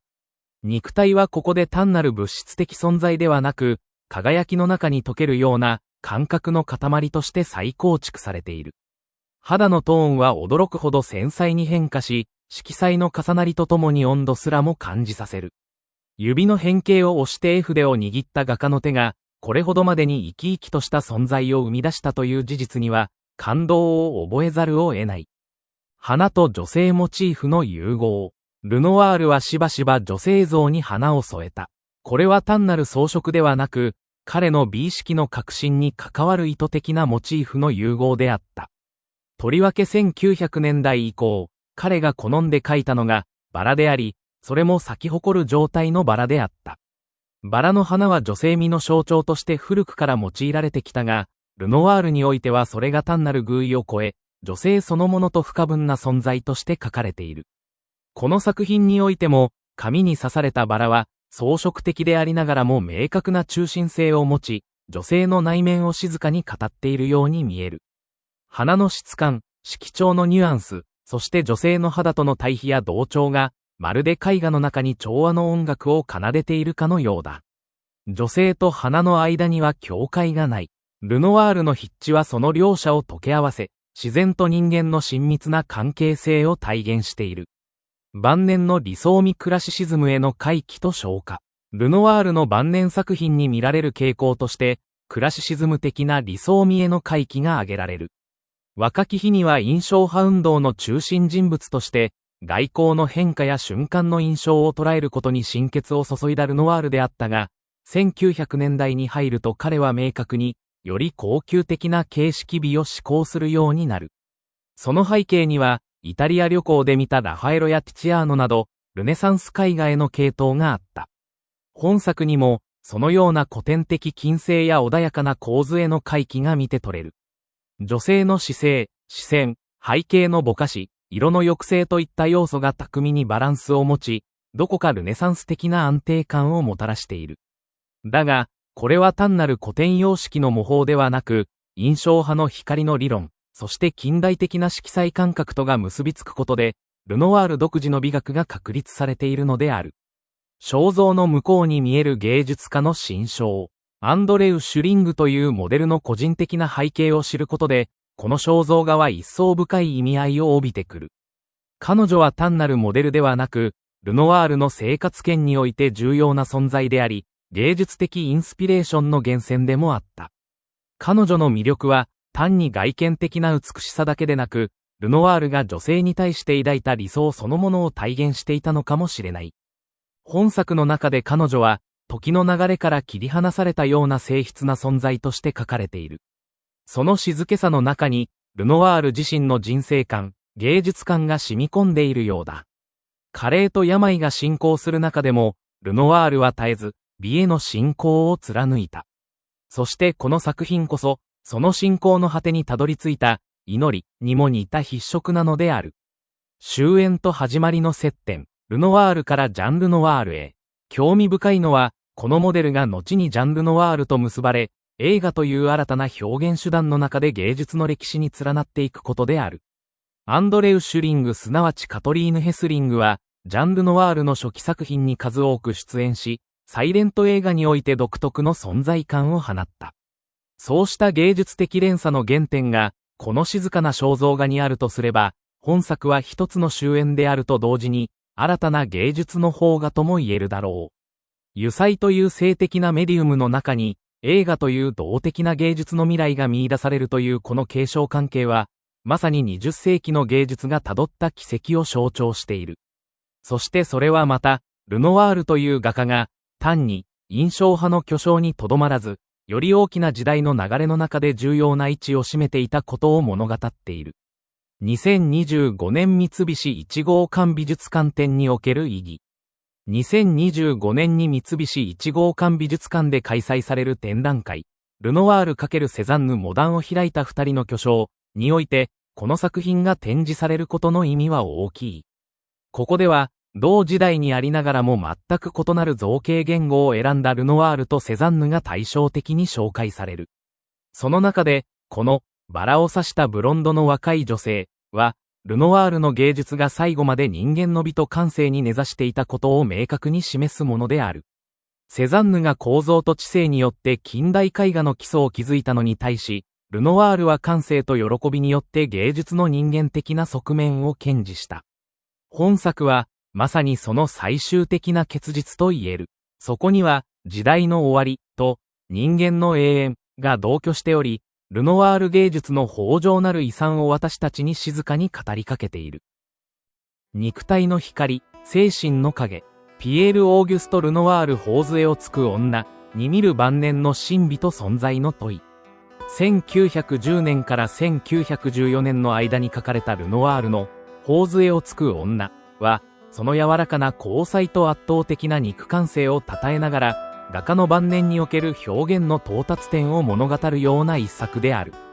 本作はオランジュリー美術館のコレクションに属し、2025年に三菱一号館美術館で開催されるルノワール×セザンヌモダンを開いた二人の巨匠展においても、注目すべき作品の一つとして展示される。その意味においても、単なる女性肖像の枠を超えて、20世紀美術の邦画に接続するルノワール晩年の画業の革新として再評価される契機ともなろう。頬杖をつく女の画面構成は至って簡潔である。モデルとなる女性は画面の中央に腰掛け、ややうつむきながら頬に手を当てて試作的な表情を浮かべている。背景には明確な奥行きや舞台設定がなく、曖昧な色彩の重なりと柔らかなグラデーションが空間を満たしている。その中に、女性の頬、二の腕、指先といった体の諸部分が、まるで陽光を浴びた果実のように発光しながら浮かび上がっている。このような空間性の希薄さと体の組成表現の対比こそが、ルノワール晩年の最大の特質である。彼の筆致は、もはや物の輪郭を強調せず、輪郭線をぼかし、肌の質感や肉の柔らかさをにじませることで、武将と抽象の淡いにあるような印象を画面全体に漂わせる。ここでは人物というより、光の塊としての存在が書かれているのだ。この点において、頬杖をつく女は肖像画というジャンルからも逸脱している。モデルが誰であるかは明らかではなく、画家の妻アリーヌやオンバ・ガブリエル、あるいは長年のモデルであった女性たちのいずれかである可能性もあるが、決定的な証拠はない。しかし、それこそがルノワールの意図でもあろう。すなわち、この作品は、誰が描かれているかよりも、描かれたものがいかにそこにあるか、ということを主題とするからである。ルノワールは晩年、自らの病との戦い関節リウマチという激しい痛みを伴う持病の中でも創作を止めることなく、むしろその中で肉体表現の極致を追い求めていた。頬杖をつく女においても、モデルの頬の柔らかさ、腕の厚み、肩の膨らみといった肉の質感が必要なまでに書き込まれている。それは自然主義的な写実とも異なる感触としてのリアリティである。このような肉体描写の徹底は、ルノワールが古代彫刻やルネサンス絵画に範を取った新たな古典主義を施行していたこととも無関係ではない。19世紀末から20世紀初頭にかけて、ルノワールはイタリアを旅行し、ラファエロやティチアーノ、ルーベンスといった古典的巨匠たちの作品に魅了されていく。彼の言葉に、絵画において真に不変なのは、美しい肉体を描くことだ。とあるように、人体こそが時代や潮流を超えて絵画を支える基盤であるという信念が、作品の根底にはある。その結果、頬杖をつく女の女性像には、単なる感傷や気分の描写ではなく、より永続的な存在の美が託されている。手を頬に当てたこの姿勢は、試作する女というより、静筆な時間のうちに没入する一個の生き物としての姿を映し出す。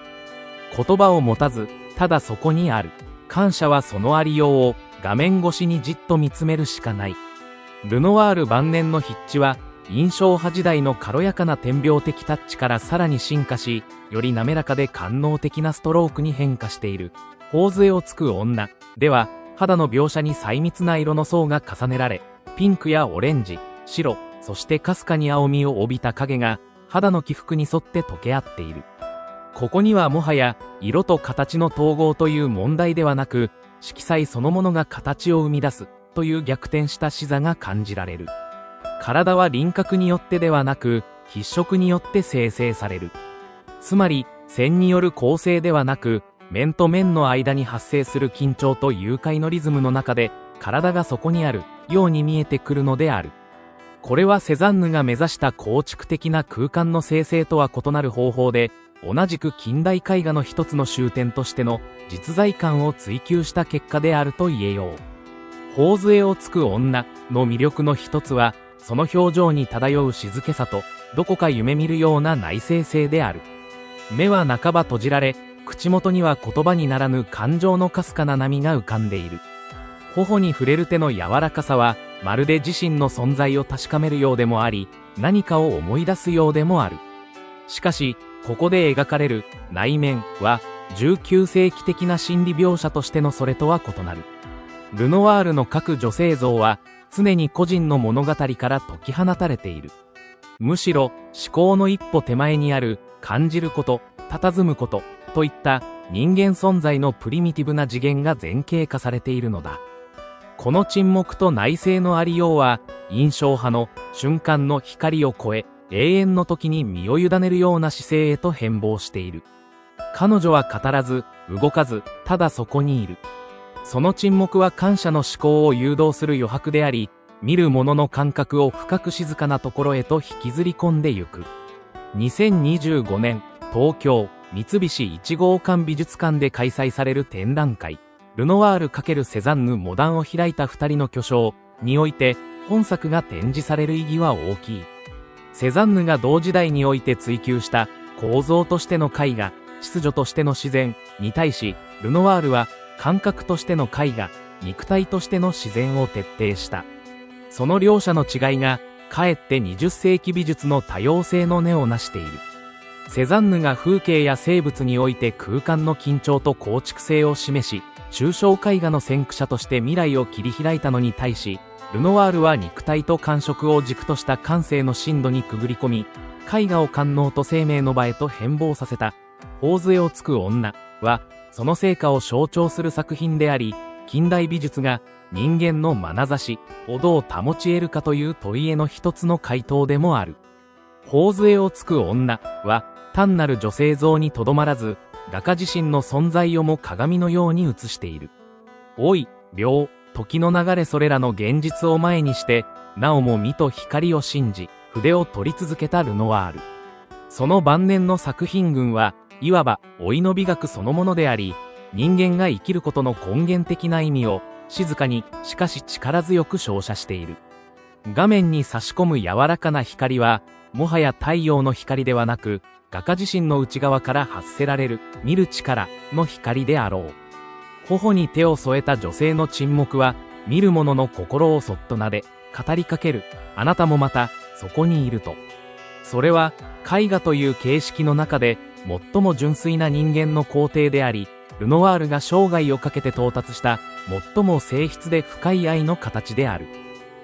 母性の光、絆の眼差し。ピエール・オーギュスト・ルノワール、ガブリエルとジャンをめぐって、1895年から96年にかけて制作されたピエール・オーギュスト・ルノワールのガブリエルとジャンは、一見すれば家庭的で親密な情景を描いた商品に過ぎないかのように見える。しかし、その柔らかな光と輪郭の内に込められた視線の交差、繊細に調和する人物と背景との関係、そしてルノワール芸術の本質を語る上で決して欠かすことのできないモチーフの出現、すなわち家族、女性性、遊戯、そして装飾性のすべてが、この一枚に凝縮されている。本校では、2025年三菱一号館美術館にて開催された展覧会、ルノワール×セザンヌモダンを開いた二人の巨匠にも出展されたこの作品に注目し、ルノワール後期の代表作の一つとして、時代背景や画家の生活、そして表現上の特質に即して多角的に考察を試みたい。家族の肖像画としての機能と私的領域の美化。ガブリエルとジャンに書かれているのは、ルノワールの次男ジャン・ルノワール後の映画監督と、その恩場であり後に多くの作品でモデルを務めることになるガブリエル・ルナールである。ガブリエルはジャンの誕生直前からルノワール家に住み込み、事実上の家族として迎え入れられた存在であった。本作品はまさに、そんな内輪の関係性を温かく描いた作品であり、当時のルノワールの芸術が公共性から私的親密性へと重心を移していく兆しを如実に示している。特に注目すべきは、画家が家族の情景を単なる私的記録としてではなく、普遍的な美と情感の対象として昇華させている点である。これは印象派の瞬間の視覚から脱却し、古典的構成と装飾的調和を追求していたルノワールの姿勢と深く結びついている。つまり、彼にとって家族とは、単に生活の対象ではなく、芸術の再構築を支える美の母体だったのである。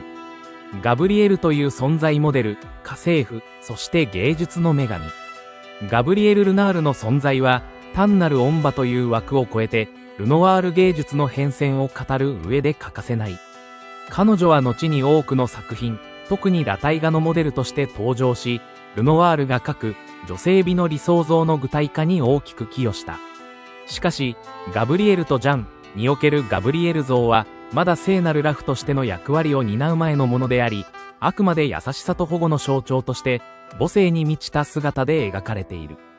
その顔立ちは繊細な筆致で捉えられ、かすかに微笑む口元や落ち着いた目元には、恩母というよりもむしろ母親のような安堵感が漂っている。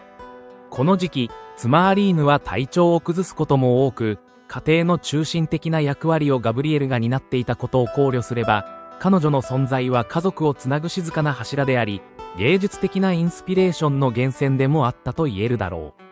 光の中の親密さ、絵画空間の構成と視線の操作。この作品を見る者はまず、キャンバスの中央に配置された二人の人物に目を奪われる。ジャンの無垢な視線とガブリエルの柔らかい表情は、あたかも観客に語りかけるような親密さを持って迫ってくる。特筆すべきは、その周囲を包む環境描写が極めて簡略化され、輪郭をほとんど描かずに色彩のグラデーションによって雰囲気を醸成している点である。前景の茶色い塊のようなテーブルや、背景のタペストリー、さらにはおもちゃの羊飼いや牛までもが、まるで光の中に浮かぶ幻影のように扱われている。これはルノワールが晩年に好んだ技法であり、物の実態を描くのではなく、見えるものの曖昧さを通して感覚を表現するという、装飾性と象徴性を融合したアプローチである。このような描写の中で、人物の輪郭だけが際立ち、観者の視線をそこへ集中させる効果を生んでいる。これは単なる視覚的演出ではなく、ルノワールが目指した人間の中心性、すなわち自然や道具よりも、あくまで人間の表情や関係性が最も尊いという信念の表れと捉えることもできる。子供というテーマ。ルノワールのユートピア的幻想。ルノワールが多くの作品で子供を描いたことはよく知られている。彼にとって子供とは、無垢と希望、生命の喜びの象徴であり、日常の憂いから解き放たれた自由の化身でもあった。ガブリエルとジャンもまたその系譜に属する作品であり、ジャンの幼い眼差しと小さな手の動きには、時代や言語を超えた普遍的な愛らしさが宿っている。ここでのジャンは、物語の主人公というよりも、ガブリエルとの関係性によって生かされた存在である。その視線は鑑賞者を見ているようでいて、同時にガブリエルへも向けられ、さらにはおもちゃへと導かれる。こうした視線の連鎖が絵画全体に柔らかなリズムをもたらし、見る者を無意識のうちに作品内部へと誘う。このように、ルノワールにおける子供は、ただの家族の一員ではなく、世界の祝福と希望を具現化した存在として書かれている。それはルノワールの自然観や人間観の根底にある楽天主義的世界像ともつながっており、同時代のセザンヌやゴーギャンの内省的、あるいは象徴的な表現とは対照的である。静けさの中の革新。セザンヌとの対比において本作品が2025年のルノワール×セザンヌ展で取り上げられた意義は、ルノワールの詩的世界とセザンヌの構成世界の対比にある。セザンヌは見ることの構造を問い続けた画家であり、彼の作品は一見すると静けさに満ちていながら、内在する形式的緊張感によって構築されている。一方、ルノワールのガブリエルとジャンは、形式を曖昧にし、絵の具の柔らかな筆致と色の混ざり合いによって、あたかも絵画が呼吸しているかのような印象を与える。ここには構築性ではなく、関係性があり、計算ではなく、官能がある。ガブリエルとジャンが交わす無言のやりとり、視線のぬくもり、空気の濃度の変化までもが、色彩のうねりとして書かれているのだ。このような非構造的親密性は、セザンヌの理知的な探求と対象をなすものでありながら、どちらも近代絵画の基礎を築いたという意味では、深い親和性を有している。まさに、この展覧会の企画意図に沿って、両者の差異と共鳴が明確に示された瞬間でもあった。結語絵画という名の時間装置、ガブリエルとジャンは、ただ家庭の一場面を描いただけの作品ではない。それはルノワールが築いた人間愛と女性性、家族というテーマの一つの到達点であり、静かな日常の中に永遠の時間を閉じ込めた絵画という名の時間装置である。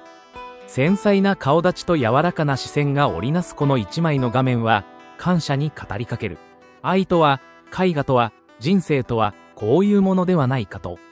ルノワールが晩年に向かう中で追い求めた美の本質が、ガブリエルとジャンという二人の登場人物を通して、ひときわ輝きを放っている。愛らしさと絵画の手触り、ピエール・オーギュスト・ルノワールの遊ぶクロード・ルノワールをめぐって、19世紀末から20世紀初頭にかけて、ヨーロッパの絵画は急速な変容を遂げていた。印象派の革新はすでに広く認められ、次なる動きが模索されていた時代である。そのような過渡期にあって、ピエール・オーギュスト・ルノワールの筆は、決して近代の本流に流されることなく、しかしまた、ただ後ろ向きに伝統にすがるのでもなく、むしろ彼独自の美的信念に基づく探求を続けていた。その信念とは、絵画における幸福の表現であり、人間の肉体や肌のぬくもり、家族という存在の静かな尊さである。そのようなルノワール芸術の円熟した成果の一つが、遊ぶクロード・ルノワール。1905年頃制作である。本作は、画家の末息子クロード愛称ココを主題にした作品であり、ルノワールの家庭的な眼差しと、20世紀初頭における彼の絵画的関心が見事に結晶している。2025年の三菱1号館美術館展、ルノワール×セザンヌモダンを開いた二人の巨匠において本作が出展されることは、単なる家庭画としてではなく、ルノワール芸術の本質に触れる絶好の機会を提供するものと言えよう。遊ぶクロード・ルノワールに描かれる幼い男児は、柔らかい金髪を揺らし、何かに夢中になって遊ぶ姿を見せている。頬は桃のように好調し、まだ言葉を話し始めたばかりのような年頃である。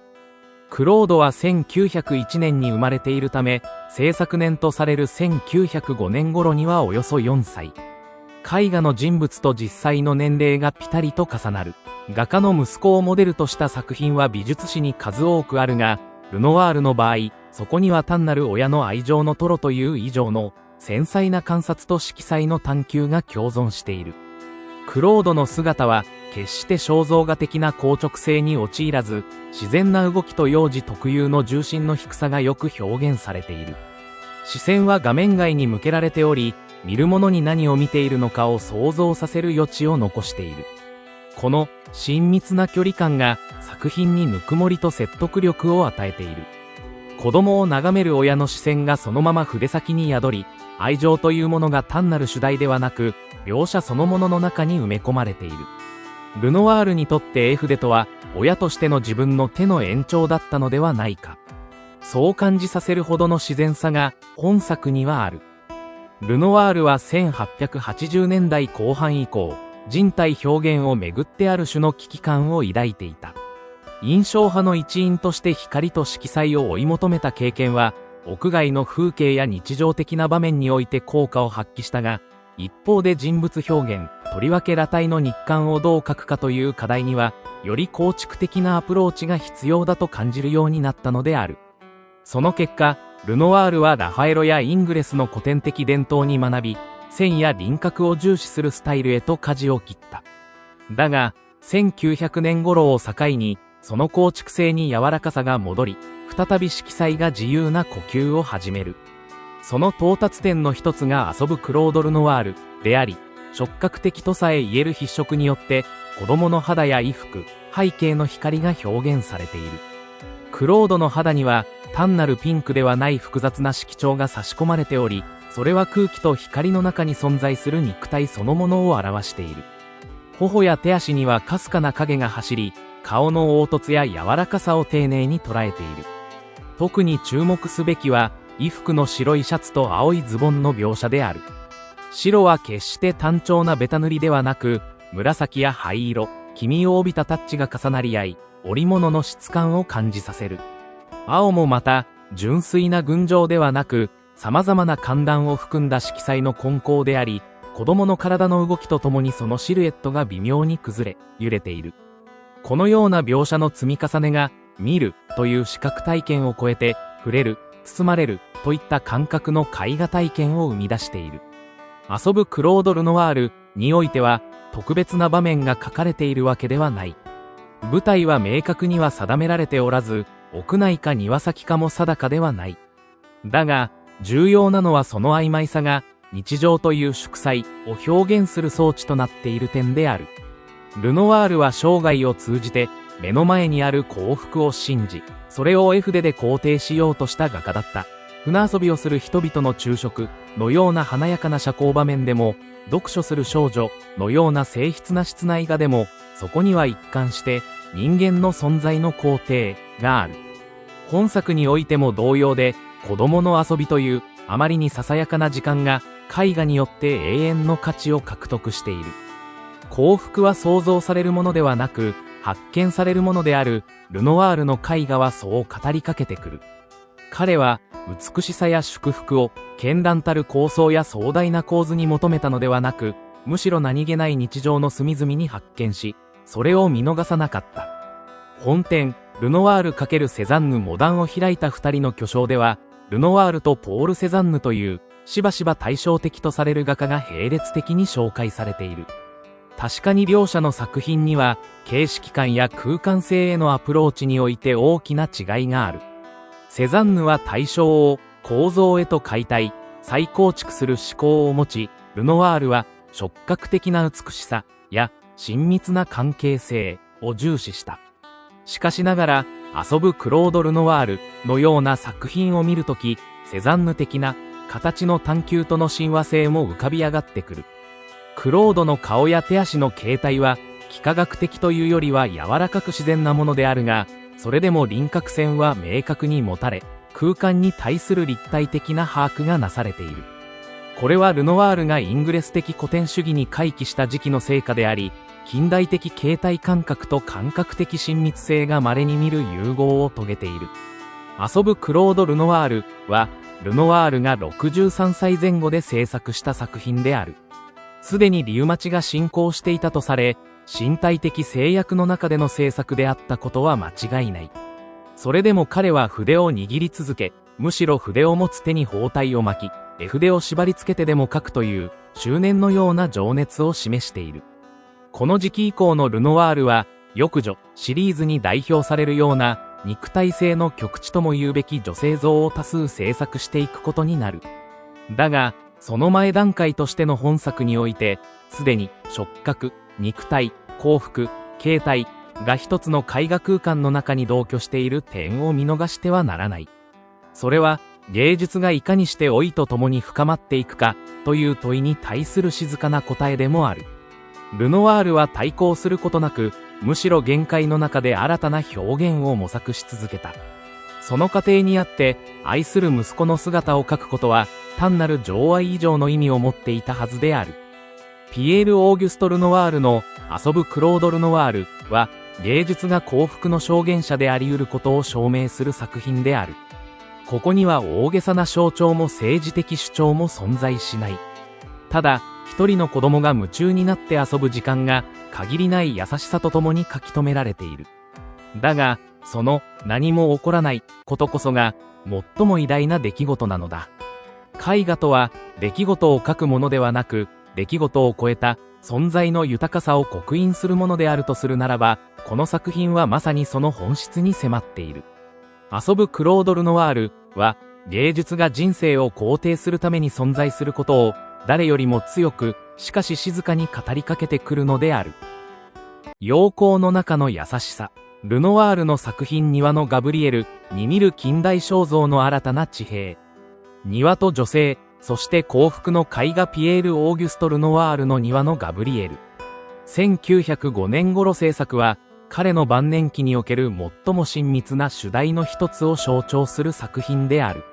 それは、単なる女性像でも、単なる風景画でもない。庭という生活の場に、一人の女性が佇む。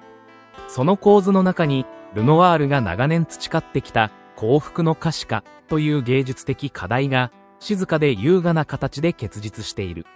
本作は、オルセイ美術館及びオランジュリー美術館の珠玉のコレクションの中でも特に家庭的なぬくもりと装飾性が際立っており、2025年に三菱一号館美術館で開催される、ルノワール×セザンヌモダンを開いた二人の巨匠、展においても、ルノワール芸術の最終章を象徴する重要作として紹介されることになる。モデルガブリエル・ルナールの存在。本作に書かれているガブリエル・ルナールは、ルノワール家に長く仕えた女性であり、画家の三男クロード通称ココの恩場であり、そして何よりもルノワールの絵画の重要なミューズであった。ガブリエルは画家の晩年における数多くの作品のモデルを務め、裸婦から肖像、室内風景まで多様な構図に登場する。彼女はその肉感的な体と穏やかな表情、そして寡黙な存在感によって、ルノワールが追い求めた女性の生命感の理想像として昇華されていった。庭のガブリエルにおいて彼女は、陽の差す庭の中で赤みがかった衣服をまとい、斜めに体をひねる姿勢で描かれている。ここには、決してドラマティックな感情の表出も、主張が強いポーズも存在しない。彼女はそこにいるだけで、見る者に安心感と静筆を与える。それこそがルノワールがガブリエルに託した芸術的信頼の証であり、女性という存在そのものに対する賛歌である。晩年ルノワールの画風官能と絵肌の成熟。1900年代に入って以降、ルノワールの画風は大きな変貌を遂げる。印象派として出発し、光と色彩の革新に没頭した若き日のルノワールは、1880年代以降、古典的秩序と肉体性への回帰を模索するようになる。その過程で彼はルネサンスの巨匠たちラファエロやティチアーノ、ルーベンスに学び、裸体画における形の充実と柔らかさを重視するようになる。庭のガブリエルでもその傾向は明瞭である。色彩は明るく調和的でありながら、柔らかな塗りが画面全体を包み込む。肌の描写には輪郭線の明確さよりも絵の具を重ねることによって生まれる絵肌のニュアンスが重視されており、人物と背景とが緩やかに溶け合うような印象を与える。特にガブリエルの顔や手元に施された微細なタッチは、肉体の温度や血の巡りまでもが伝わってくるような官能的な質感を備えている。ここには体の重さやボリュームがありながら、決して生々しさに陥ることのない美の均衡が存在する。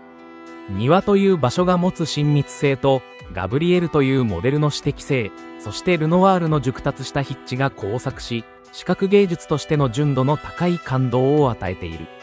絵画空間としての庭、印象派からの継承と再構築庭という主題は、印象派の画家たちがしばしば好んだモチーフの一つである。クロード・モネは、ジベルニーの庭を生涯描き続け、エドアール・マネは、スミレの花束を持つベルト・モリゾにおいて庭に佇む女性像を画面に収めた。ルノワールにとってもまた、自然と女性、つまり、生活と美の交差点としての庭は格好の主題であった。庭のガブリエルの背景には、柔らかい日差しに満たされた木々や茂みが描かれており、そこにはルノワール特有の装飾的自然が表現されている。彼の描く庭は、決して写実的に細部を追いかけるものではなく、むしろ記憶と感覚のフィルターを通して再構成された視覚的市場である。その筆色の中には、葉のざわめき、風の揺らぎ、そして午後の眠気までもが潜んでいる。そこに立つガブリエルは、あたかも自然と一体化した存在として、見る者の心にゆっくりと浸透していく。装飾としての肖像空間の中の人物庭のガブリエルが単なるポートレートにとどまらない理由の一つは、それが空間の中の人物として描かれている点にある。つまり、ガブリエルという人物が自己完結的な主題としてではなく、庭という生活環境の一部として構成されているのである。この視点は、19世紀後半から20世紀初頭にかけての肖像画の概念の変容と密接に関わっている。従来、肖像とは人格の記録であり、被写体の外見と内面を表現することが使命とされていた。しかし、ルノワールのような近代絵画の担い手たちは、人物を取り巻く環境や光の状態を含めた視覚の相対として肖像を捉え始めたのである。その意味で、庭のガブリエルはまさに装飾と記録、体と空間、武将と市場が絶妙に交錯する肖像画の新しい地平を示す作品である。幸福の絵画の頂点としてルノワールは生涯を通じて苦悩や悲劇ではなく喜びや美しさを描きたいと語った。この理念は彼の作品群を一貫して貫く哲学であり、美術史においても得意な地位を築いている。庭のガブリエルはその言葉の最も純粋な結晶である。そこには大きな事件はない。だが、光のぬくもり、女性の落ち着いた佇まい、自然と人との調和といった日常の中の歌が満ちている。これは単なる絵画作品ではなく、一枚の幸福の装置なのである。見る者の心を和らげ、過去と未来をつなぐような時間の感触を与えてくれる。抽象展覧会における役割と現代への示唆。2025年に開催される三菱一号館美術館の展覧会、ルノワール×セザンヌモダンを開いた二人の巨匠において、本作は極めて象徴的な役割を担うであろう。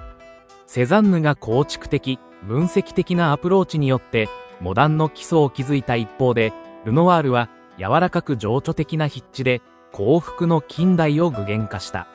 両者は一見対照的に見えるが、共に人間と自然の関係を見つめるという深いテーマにおいて共鳴している。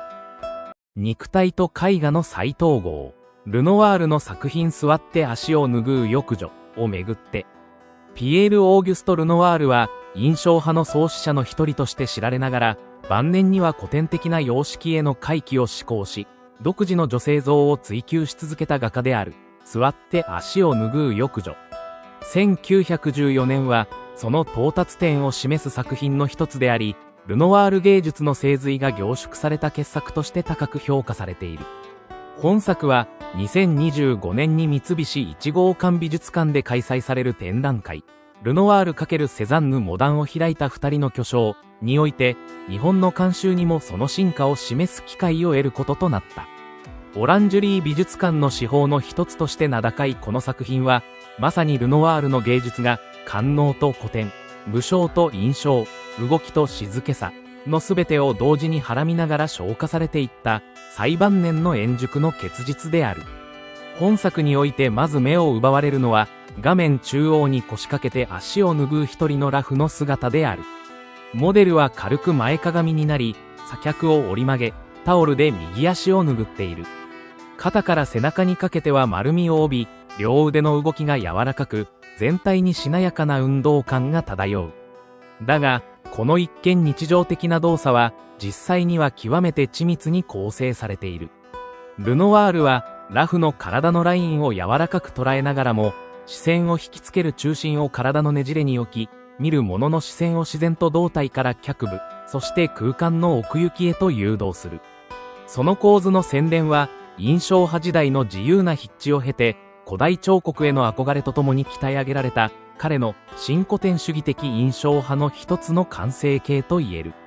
ルノワールの晩年の特徴として、特に肌の描写に注目すべきである、座って足を拭う浴女においても、モデルの肌は明るく、柔らかいピンクやオレンジ、そして時にややグレーを帯びた陰影を帯び、豊かな色彩の重なりによって構築されている。筆色は円を描くように肌の輪郭を包み、光が皮膚に反射するような描写が全身に施されている。こうした光と肌の融合は、彼の青年期の印象派的手法とは明確に異なり、むしろルーベンスやティチアーノといったバロックの巨匠たちに接近している。しかし、そこには19世紀末から20世紀初頭の色彩理論印象派の科学的アプローチも併存しており、ルノワール芸術の二重性が見事に体現されている。ルノワールがこの時期に描いた裸婦像は、しばしば室内を舞台としており、そこにカーテンや絨毯、椅子、タオルなどの小道具が配される。本作でも、浴女の背後に見える柔らかな布地や温かな色調の床面が、人物の存在感を際立たせている。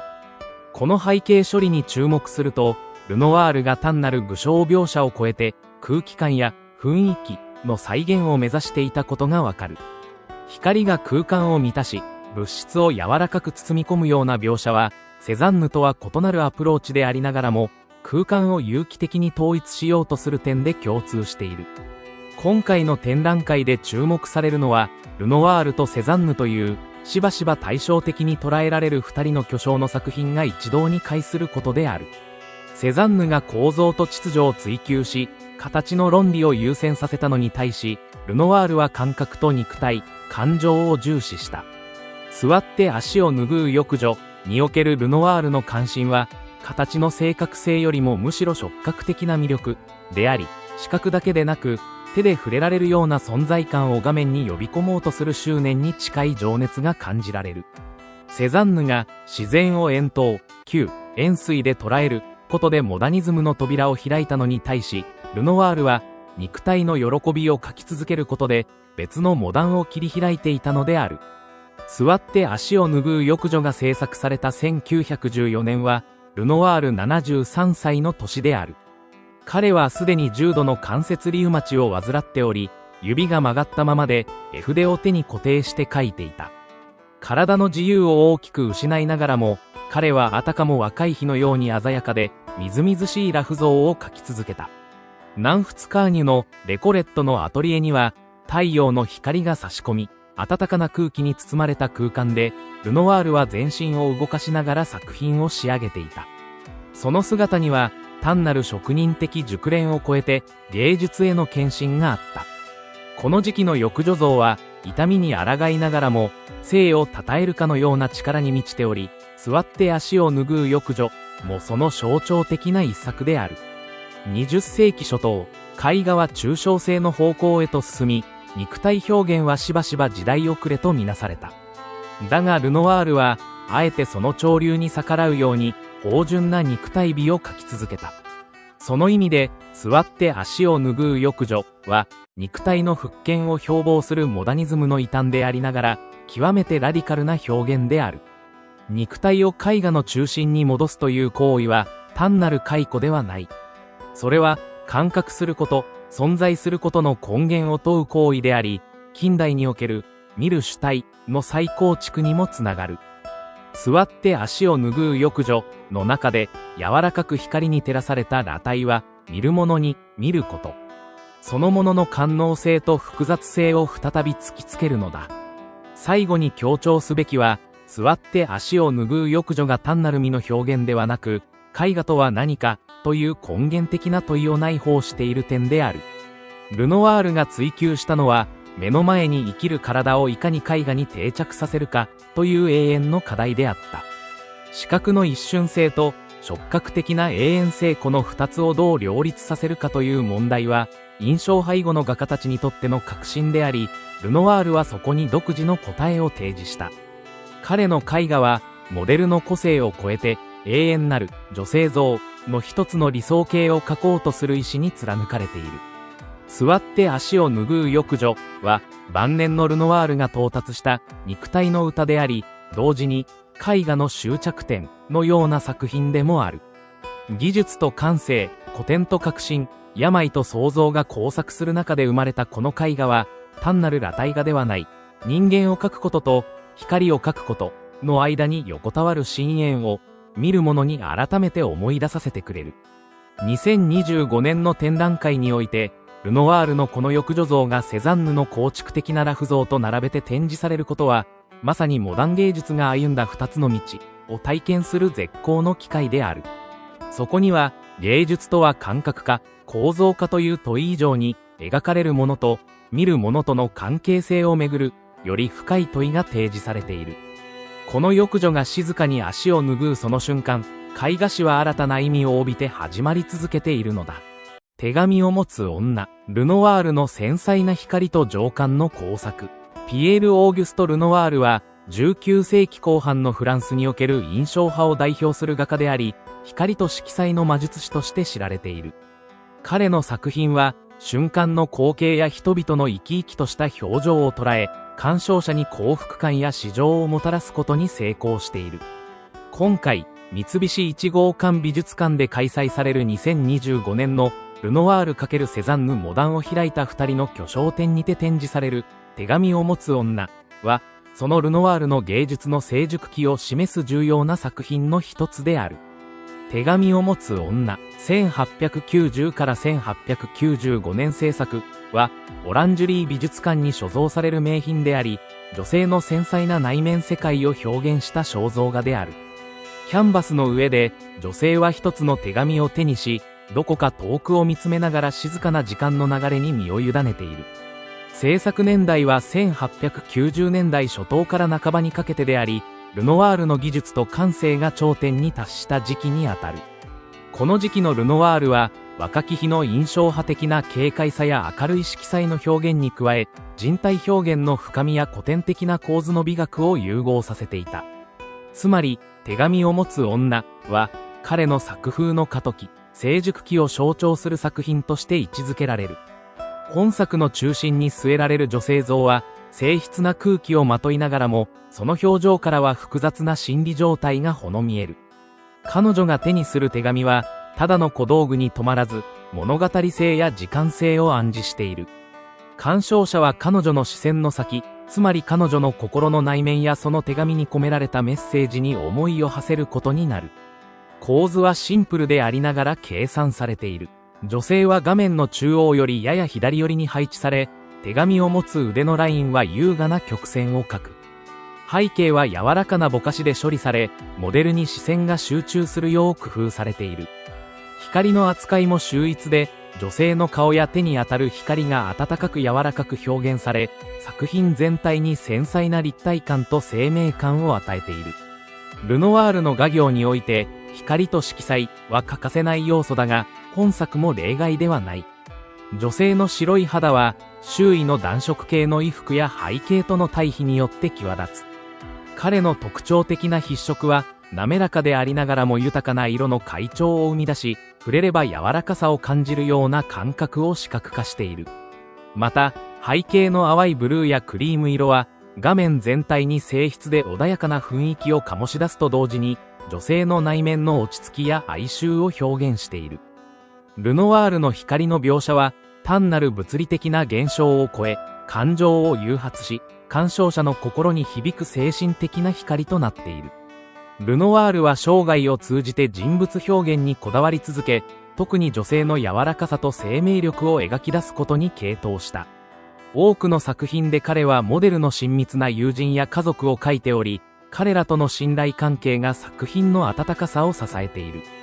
手紙を持つ女のモデルについては詳細な資料は限られているものの、ルノワールが近しい関係にあった女性の一人である可能性が高い。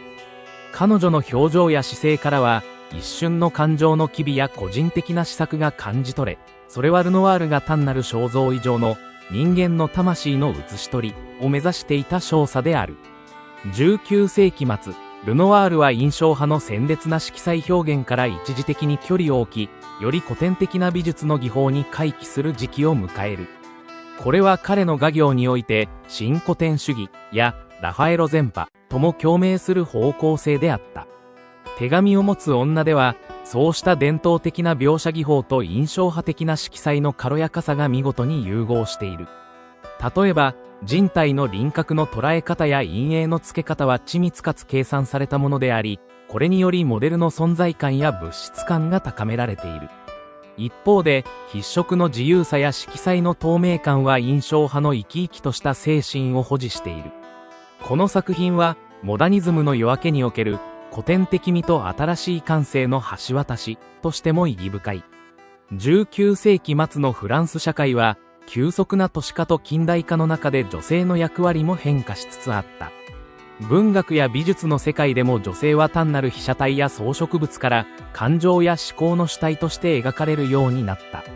ルノワールの手紙を持つ女は、そうした時代の潮流を反映しつつも、女性の内面に寄り添い、個別の物語を想起させる作品だ。手紙というコミュニケーションの媒体は、当時の人々の生活における情報の伝達や感情の交流の象徴であり、それを手にする女性の姿は、待つ、思う、伝える、多様な感情を内包する。また、手紙が持つ象徴性は、当時の社会における女性の自己表現や私的空間の拡大を示唆し、ルノワールの視線は女性の複雑な内面世界を尊重している。この作品は、単なる肖像画以上に、女性の心の風景を描いた詩的なメディアである。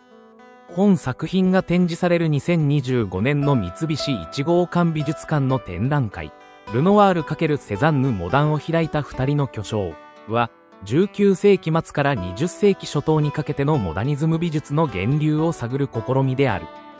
ルノワールは柔らかく情緒的な印象派の筆致で人間の生き生きとした姿を描いたのに対し、ポール・セザンヌは構造的で幾何学的な形態に着目し、後のキュビスムや抽象美術に道を開いた。手紙を持つ女は、感性と形態の調和を目指したルノワールの作品として、展覧会における対比と共鳴の中で、近代美術の多様性と深みを伝える役割を果たす。手紙を持つ女は、単なる19世紀末の肖像画を超えて、人間の繊細な感情と時間の流れを表現した傑作である。ルノワールの卓越した色彩感覚と技術的洗練、そして人間への温かな眼差しが凝縮されている。今日、デジタルコミュニケーションが主流となり、手紙の存在は希薄になったが、本作が伝える、待ち望む心、思いを伝える瞬間の普遍性は変わらない。鑑賞者はこの絵の前で、時間を超えた人間の感情の交流を実感し、自らの経験や感覚と結びつけることができる。ルノワールの筆は、時代を超えた人間の温かさと美しさを描き続けているのである。柔らかな光と時間の静けさ。ルノワールの作品二人の少女の肖像をめぐって、ピエール・オーギュスト・ルノワールの二人の少女の肖像は、1890年代の彼の円熟した画風を代表する作品の一つであり、今なお私たちの目を捉えて離さない優美な魅力に満ちている。油彩ならではの温かみ、カンバスの上を軽やかに舞う筆致、何よりも画面から立ち上る穏やかで内省的な空気感は、ルノワールという画家の本質をよく物語っている。本校では、本作を美術史的な文脈とルノワール自身の芸術観に照らしながら読み解き、その奥行きと魅力を探ってみたい。作品情報と展示背景。本作二人の少女の肖像は、オルセー美術館が所蔵するルノワール晩年の代表作の一つである。2025年、東京、三菱一号館美術館にて開催された展覧会、ルノワール×セザンヌモダンを開いた二人の巨匠において、オランジュリー美術館の珠玉のコレクションの一環として展示され、日本の観客の間でも静かな感動を呼んだ。この展覧会は、ルノワールとセザンヌという異なる道を歩んだ印象派後の二人の画家の対比を通じて、19世紀末から20世紀初頭にかけてのフランス近代絵画の多様性と革新性に光を当てるものであった。モデルたちの眼差し沈黙する親密さ。作品の主題は明快である。二人の少女が親密な距離を持ちながら並んで座っている。左側の少女はやや年長で静かにこちらを見つめている。右側の少女はその肩越しに視線を向け、わずかに不安げな面持ちを見せている。どちらの少女も顔立ちは端正で、頬に紅を刺したような自然な血色が画面にぬくもりを添えている。モデルとなったのはルノワールの身近な家族、もしくは親しい友人の子供であるとされているが、その特定は定かではない。ここで重要なのは、彼女たちが誰であるかというよりも、画家がこの二人の少女をどのように見るか、あるいは感じるかという視線の質である。ルノワールはモデルを物理的な対象としてではなく、光と感情の交差点として描き出している。少女たちの間に流れる沈黙は決して冷たいものではない。むしろ互いの存在を尊重するような柔らかな空気が漂っている。彼女たちは言葉ではなく存在感で語り合っているのだ。この沈黙の中に宿る親密さこそ、ルノワールが一貫して追い求めた人間の優しさの表現に他ならない。光と色彩、ルノワール的な感覚の結晶。本作における光と色彩の扱いは、ルノワール芸術の真髄を示している。少女たちの肌は陶器のように滑らかで、淡いピンクやオレンジの色味が柔らかな陰影を作り出す。背景には貨幣の布地が控えめに描かれ、椅子やクッション、衣服の色彩が静かに画面全体を包み込む。全体として白、ピンク、青、ベージュなどの明るく優しい色が選ばれており、それらが互いに溶け合い、柔らかなハーモニーを奏でている。ルノワールはこの時期、印象派時代の光の分解的な視点から、より物体の量感や存在の実態に重きを置く方向へと画風を変化させていた。だが、それは単なる写実への回帰ではなく、むしろ色彩による形態の構築とでも言うべき独自のアプローチであった。彼は輪郭線を否定したわけではなく、絵の中に現れるすべての輪郭を色彩のグラデーションによって自然に浮かび上がらせている。特に注目すべきは、少女たちの頬や髪、そしてドレスに現れる光の描写である。それらは決して直線的ではなく、繊細に揺れ動く筆致で捉えられている。ルノワールにとって光とは単なる物理的現象ではなく、情緒の触媒であった。この画面からにじみ出るような柔らかい輝きは、画家の内的な感情そのものと言っても良いだろう。印象派のその先へルノワールの古典的回帰。1890年代初頭のルノワールは、印象派としての革新性を一度脱ぎ捨て、より古典的な造形へと接近していた。ルーベンスやイングレス、ラファエロといった先人たちへの敬愛の念が、彼の筆遣いからも色彩選択からも読み取れる。とりわけ、この二人の少女の肖像には、ルノワールがラファエロの聖母子像から受けた影響が感じられる。静かな構図、柔らかい目元、金星の取れた画面構成、それらはルネサンス美術の快挙でありつつ、同時に19世紀末のフランス的感性によって新たに再解釈されたものでもある。このような古典回帰は、当時の前衛画家の多くが経験した道でもあった。セザンヌもまたルネサンス美術に回帰し、構造の厳密さを追求していた。ただし、セザンヌが自然を円筒、九円錐として見ると語ったように、対象の分析と再構築に重きを置いたのに対し、ルノワールはより情緒的、かつ感覚的な古典主義を志向した。言い換えれば、ルノワールは古典を形式としてではなく、ぬくもりの源泉として捉えていたのである。少女という主題無垢のイメージと時代の完成。ルノワールが少女という主題にこだわりを見せたことは、本作だけではない。ピアノを弾く少女たち、読書する少女、ルージバルのダンス、など、彼の作品にはたびたび若い女性や子供たちの姿が描かれる。これには、19世紀フランスにおける無垢なる存在への憧れが背景にあったと考えられる。産業革命以後の都市化、近代化の中で、人々は自然や純粋さを一種の救済として求めるようになった。少女はその象徴的な存在であり、芸術家たちにとっても理想郷の具現であった。ルノワールはこのような時代精神を誰よりも敏感に感じ取り、少女という存在に芸術の理想を投影した画家だったと言えるだろう。しかし、彼の視線は決して男性的な所有や理想家の眼差しに止まるものではなかった。そこには、老いた画家が少年のような好奇心と愛情を持って、世界を静かに見つめる眼差しがある。ルノワールの少女像は、どこまでも日常の中にあり、祝祭ではなく、慈しみの中に息づいている。締めくくりに時を超えて語りかける絵画。二人の少女の肖像は、その一見穏やかな構図の奥に、深い詩情と美学的探求を称えた作品である。それは単なる肖像画ではなく、時間の静止点に咲いた小さな歌のようなものである。絵の前に立つと、私たちは二人の少女の眼差しに出会い、その向こうにあるルノワールの魂に触れることができる。そこには言葉を超えた人間存在への優しい賛歌がある。21世紀の今、私たちはかつてない速さで情報とイメージにさらされている。その中で、このような静かな絵画が発する愛玉の力こそ、最も切実な現代的価値であるのかもしれない。ルノワールの筆先から生まれた優しい光と沈黙は、過去から現在へ、そして未来へと、私たちの心に語り続ける。